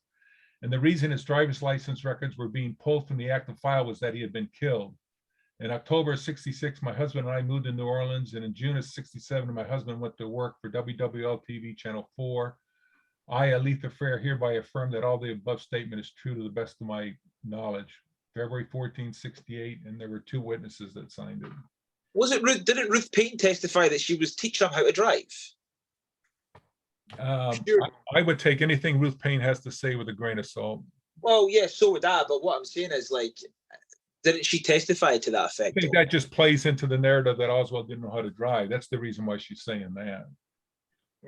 As I said, like, I've never, and a lot of researchers who I respect, I've spoke to, they obviously said Oswald couldn't drive either. Well, that's why Armstrong goes to such depth to distinguish between Harvey and Lee, because I mean he makes a lot of his case on the fact that one could drive and one couldn't. The thing. Sorry, Neil. Sorry. I wanted to try and ask a few questions before we thin out even more, just directly to Brooks. based on the actual presentation. Just I had 3 or 4 that I wanted to just clarify with you. First of all, this Buddy's supermarket, you know, east of Marsalis, possibly as you know, at the Jefferson's Junction on 10th.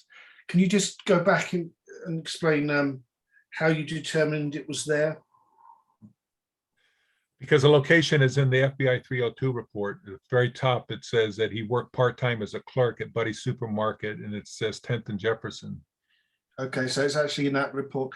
Okay, and did you look? Yes, I've searched it quite a bit. So it may be one of those. I mean, that's a corner where everything kind of comes together, and it may have been just sufficient to say 10th and Jefferson, because you go to the corner of 10th and Jefferson, you're not going to miss it because it occupies the corner there. That wet. I've actually been there. Yeah. Okay. And did you look at you went to the Polk directories on that? Did you? Yeah, I did some searching. I couldn't find a street address on that, and I had trouble with there were a couple buddies. It was difficult. I take it at face value that it was there based on the report. Mm-hmm. But we do need a little more digging on that. And again, I don't know how long it was there. There were other Buddy locations. I think there were a couple of them. Okay. All right. And what's your take on Reed being at the Texas Theater? Very, very interesting. Because I mean, obviously, you know, it's odd that he was there to photograph, the bus or the buses on Elm. But have you dug up anything in terms of why he got to the Texas Theater? How he got to the Texas Theater? I do not. There's, obviously, I don't think there's anybody wants a lot written about him and what he was up to. There are other journalists who were writing along with policemen, caught a ride. And some of them have been documented. But what led Reed there? He obviously was connected to somebody. Did he drive on his own, or did he catch a ride down there? Don't know. I mean, he's a very odd character because he left for Panama, didn't he? Well, that was the official story, but I don't think so. I think he got out of Dodge and he hurried to Colorado because his dad was failing and his dad died the next day. I think that's really what happened. Right. And do you know if any researchers interviewed him? Reed? Yeah. Nothing that I ever came across, and he died quite a long time ago. Okay. This whole notion of Ruby handing the gun, I know obviously some people are skeptical about that. Did you read a story about a gun being found in a paper bag, a pistol being found in a paper bag, downtown Dallas? Probably not that far away from where this may have happened. Actually in the curb. Did you? I think it was the following day, or that weekend certainly. Sounds vaguely familiar. Yeah, you were nodding there, Bart. Do you have any input on that? What you're saying is, I've read that too, but my God, it's 5 or 6 years ago. But yeah, the gun was found. Yeah. Yeah, I just wonder, if it might relate to the search of the bus. They were searching for weapons potentially. That I don't know. Whether it might have been discarded by this another man. That's an interesting point. And you're suggesting that if Ruby gave Oswald the gun, right?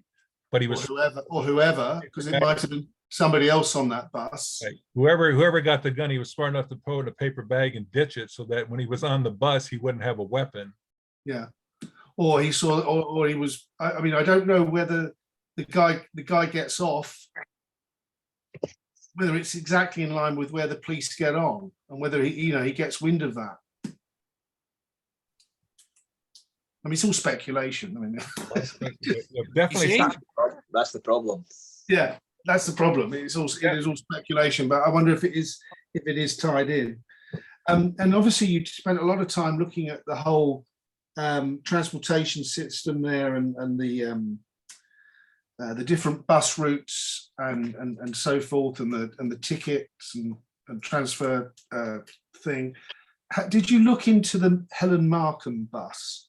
Because that's really key in terms of nailing down the time of the assassination. I mean, she leaves her apartment building. She looks up at the clock in the, I think it's in the laundry section.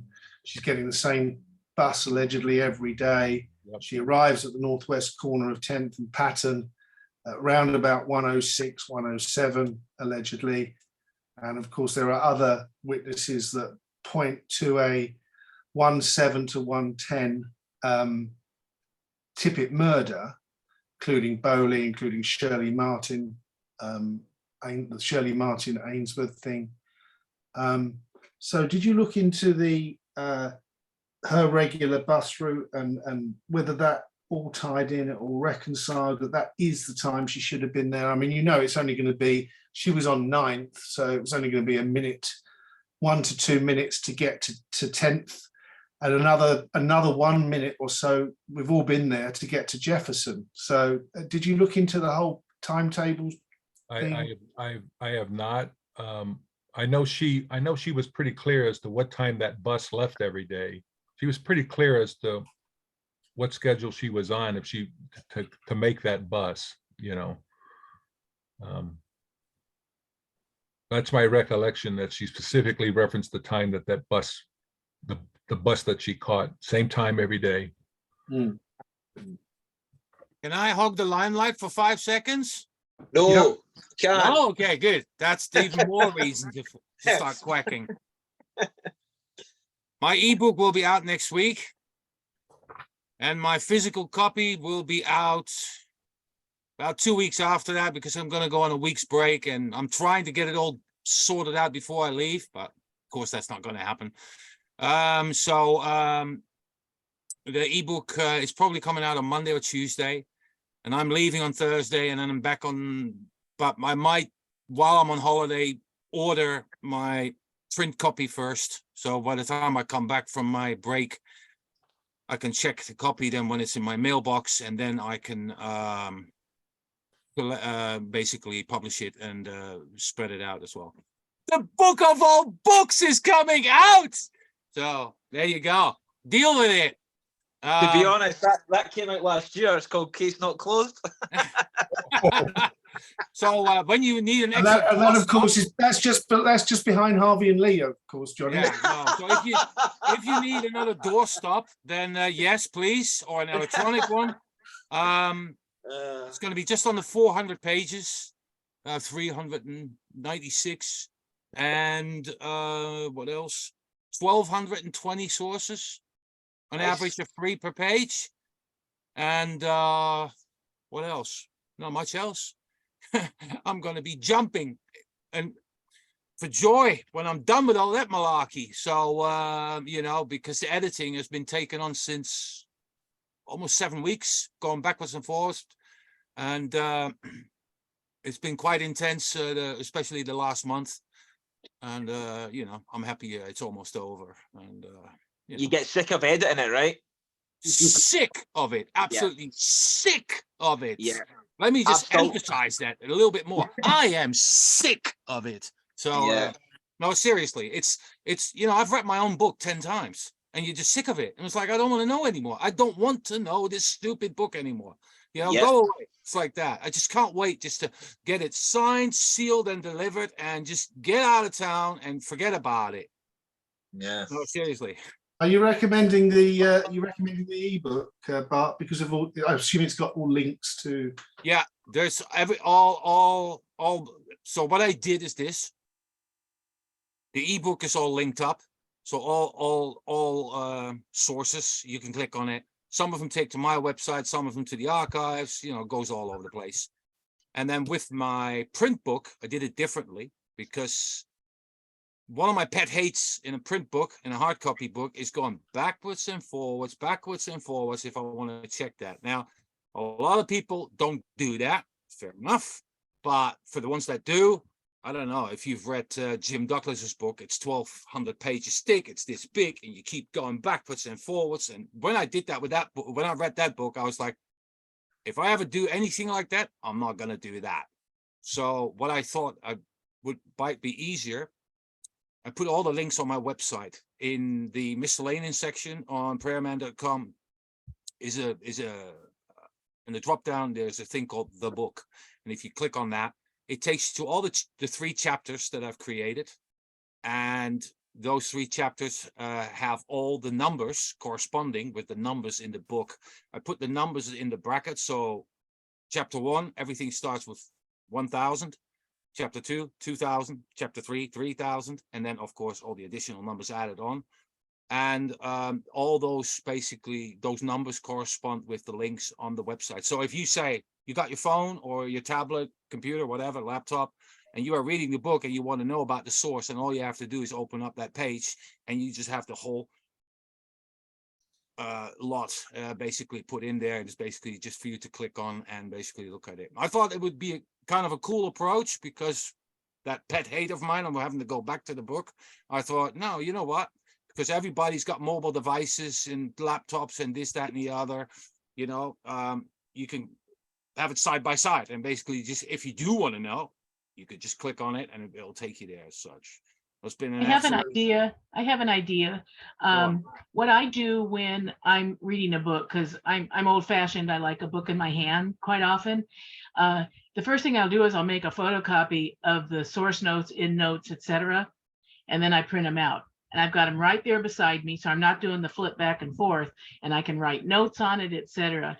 Because the problem on the e-links is first time out, it's great, but as months and years go by and links corrode because something changes at the website or whatever, then it makes your work start to look a little questionable, because it comes up page not found, error 404, right? And That's a good point. so it's a combination of both. And I think you're smart, because you'll get people to buy the ebook and the hardback. So good marketing. But What's the That's a conspiracy pod, darling.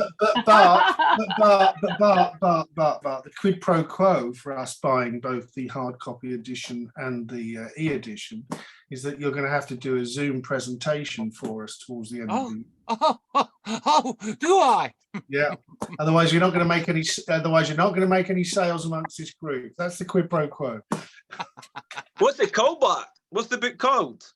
So yeah, no, I'll talk about it. I think you I've should. got, I mean, we're all waiting for it. I think it'd be great if you could do that seriously. Look, I think we need to wrap it up now, because we're getting oh, to the. come on, let's not talk on for another 4 hours. We're 3.5 hours into it, and we're not quite up at Nancy's and David Joseph's record, but we're getting close. Great talk, Brooks. Thank you very much indeed. Thank you, Brooks. Very, very detailed. And we'd love to have you back for part 2 and part 3 that you mentioned earlier on. Just on the, you mentioned Nelson. I did look at my notes on Nelson. I don't think it reconciles time-wise with what you were suggesting with the car getting to the tidy laundrette about 1 o'clock. The car involved was a Pontiac Rambler. The dispatcher was asked Nelson to look into it at 13:22, and Nelson was. And it was out way out west, like Cockrell Road. Way out west. I mean, the tidy laundrette is 12:27 Davis. Right. The incident with the rifle in the back of the Pontiac is 43:40 Davis. So it's quite. So he's not going to get there till about 13:33, something like that. I don't think it reconciles. I think it's a completely different incident. Yeah, it was. I was just offering it up that it was. I thought it was interesting that they were looking for a white station wagon in the whole midst of the Oswald hunt. Yeah, they're calling out this white station wagon. I found it interesting. I mean, I think Nelson is potentially a bad actor in this thing. Why he went to Dealey Plaza when he was supposed to go into the central Oak Cliff area is another story, and we can talk about that in the future, I think. But yeah, really would love to have you back. And thanks so much. It was really detailed. A lot of work you put into that. You're welcome. Thanks, Brooks. Neil. Yes. Quick question: when are we getting the Warren Commission got it right all along talk? You know what I mean? Get a few loners on. I was talking to Gerald the other day, and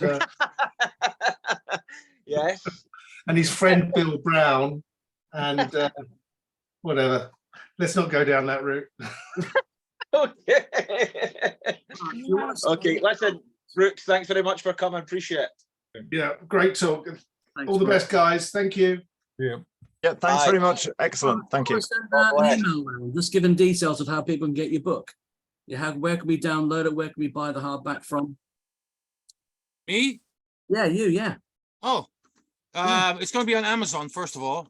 Okay. The thing is, the whole book publishing thing, it's all virgin territory for me. So I've been looking at stuff already a bit, but I'm going to first release it on Amazon next week, the ebook. Then the print book's going to be done after that as well. But at the same time, also, I'm going to look into other platforms like Apple and stuff like that, whatever is worthwhile pursuing. And then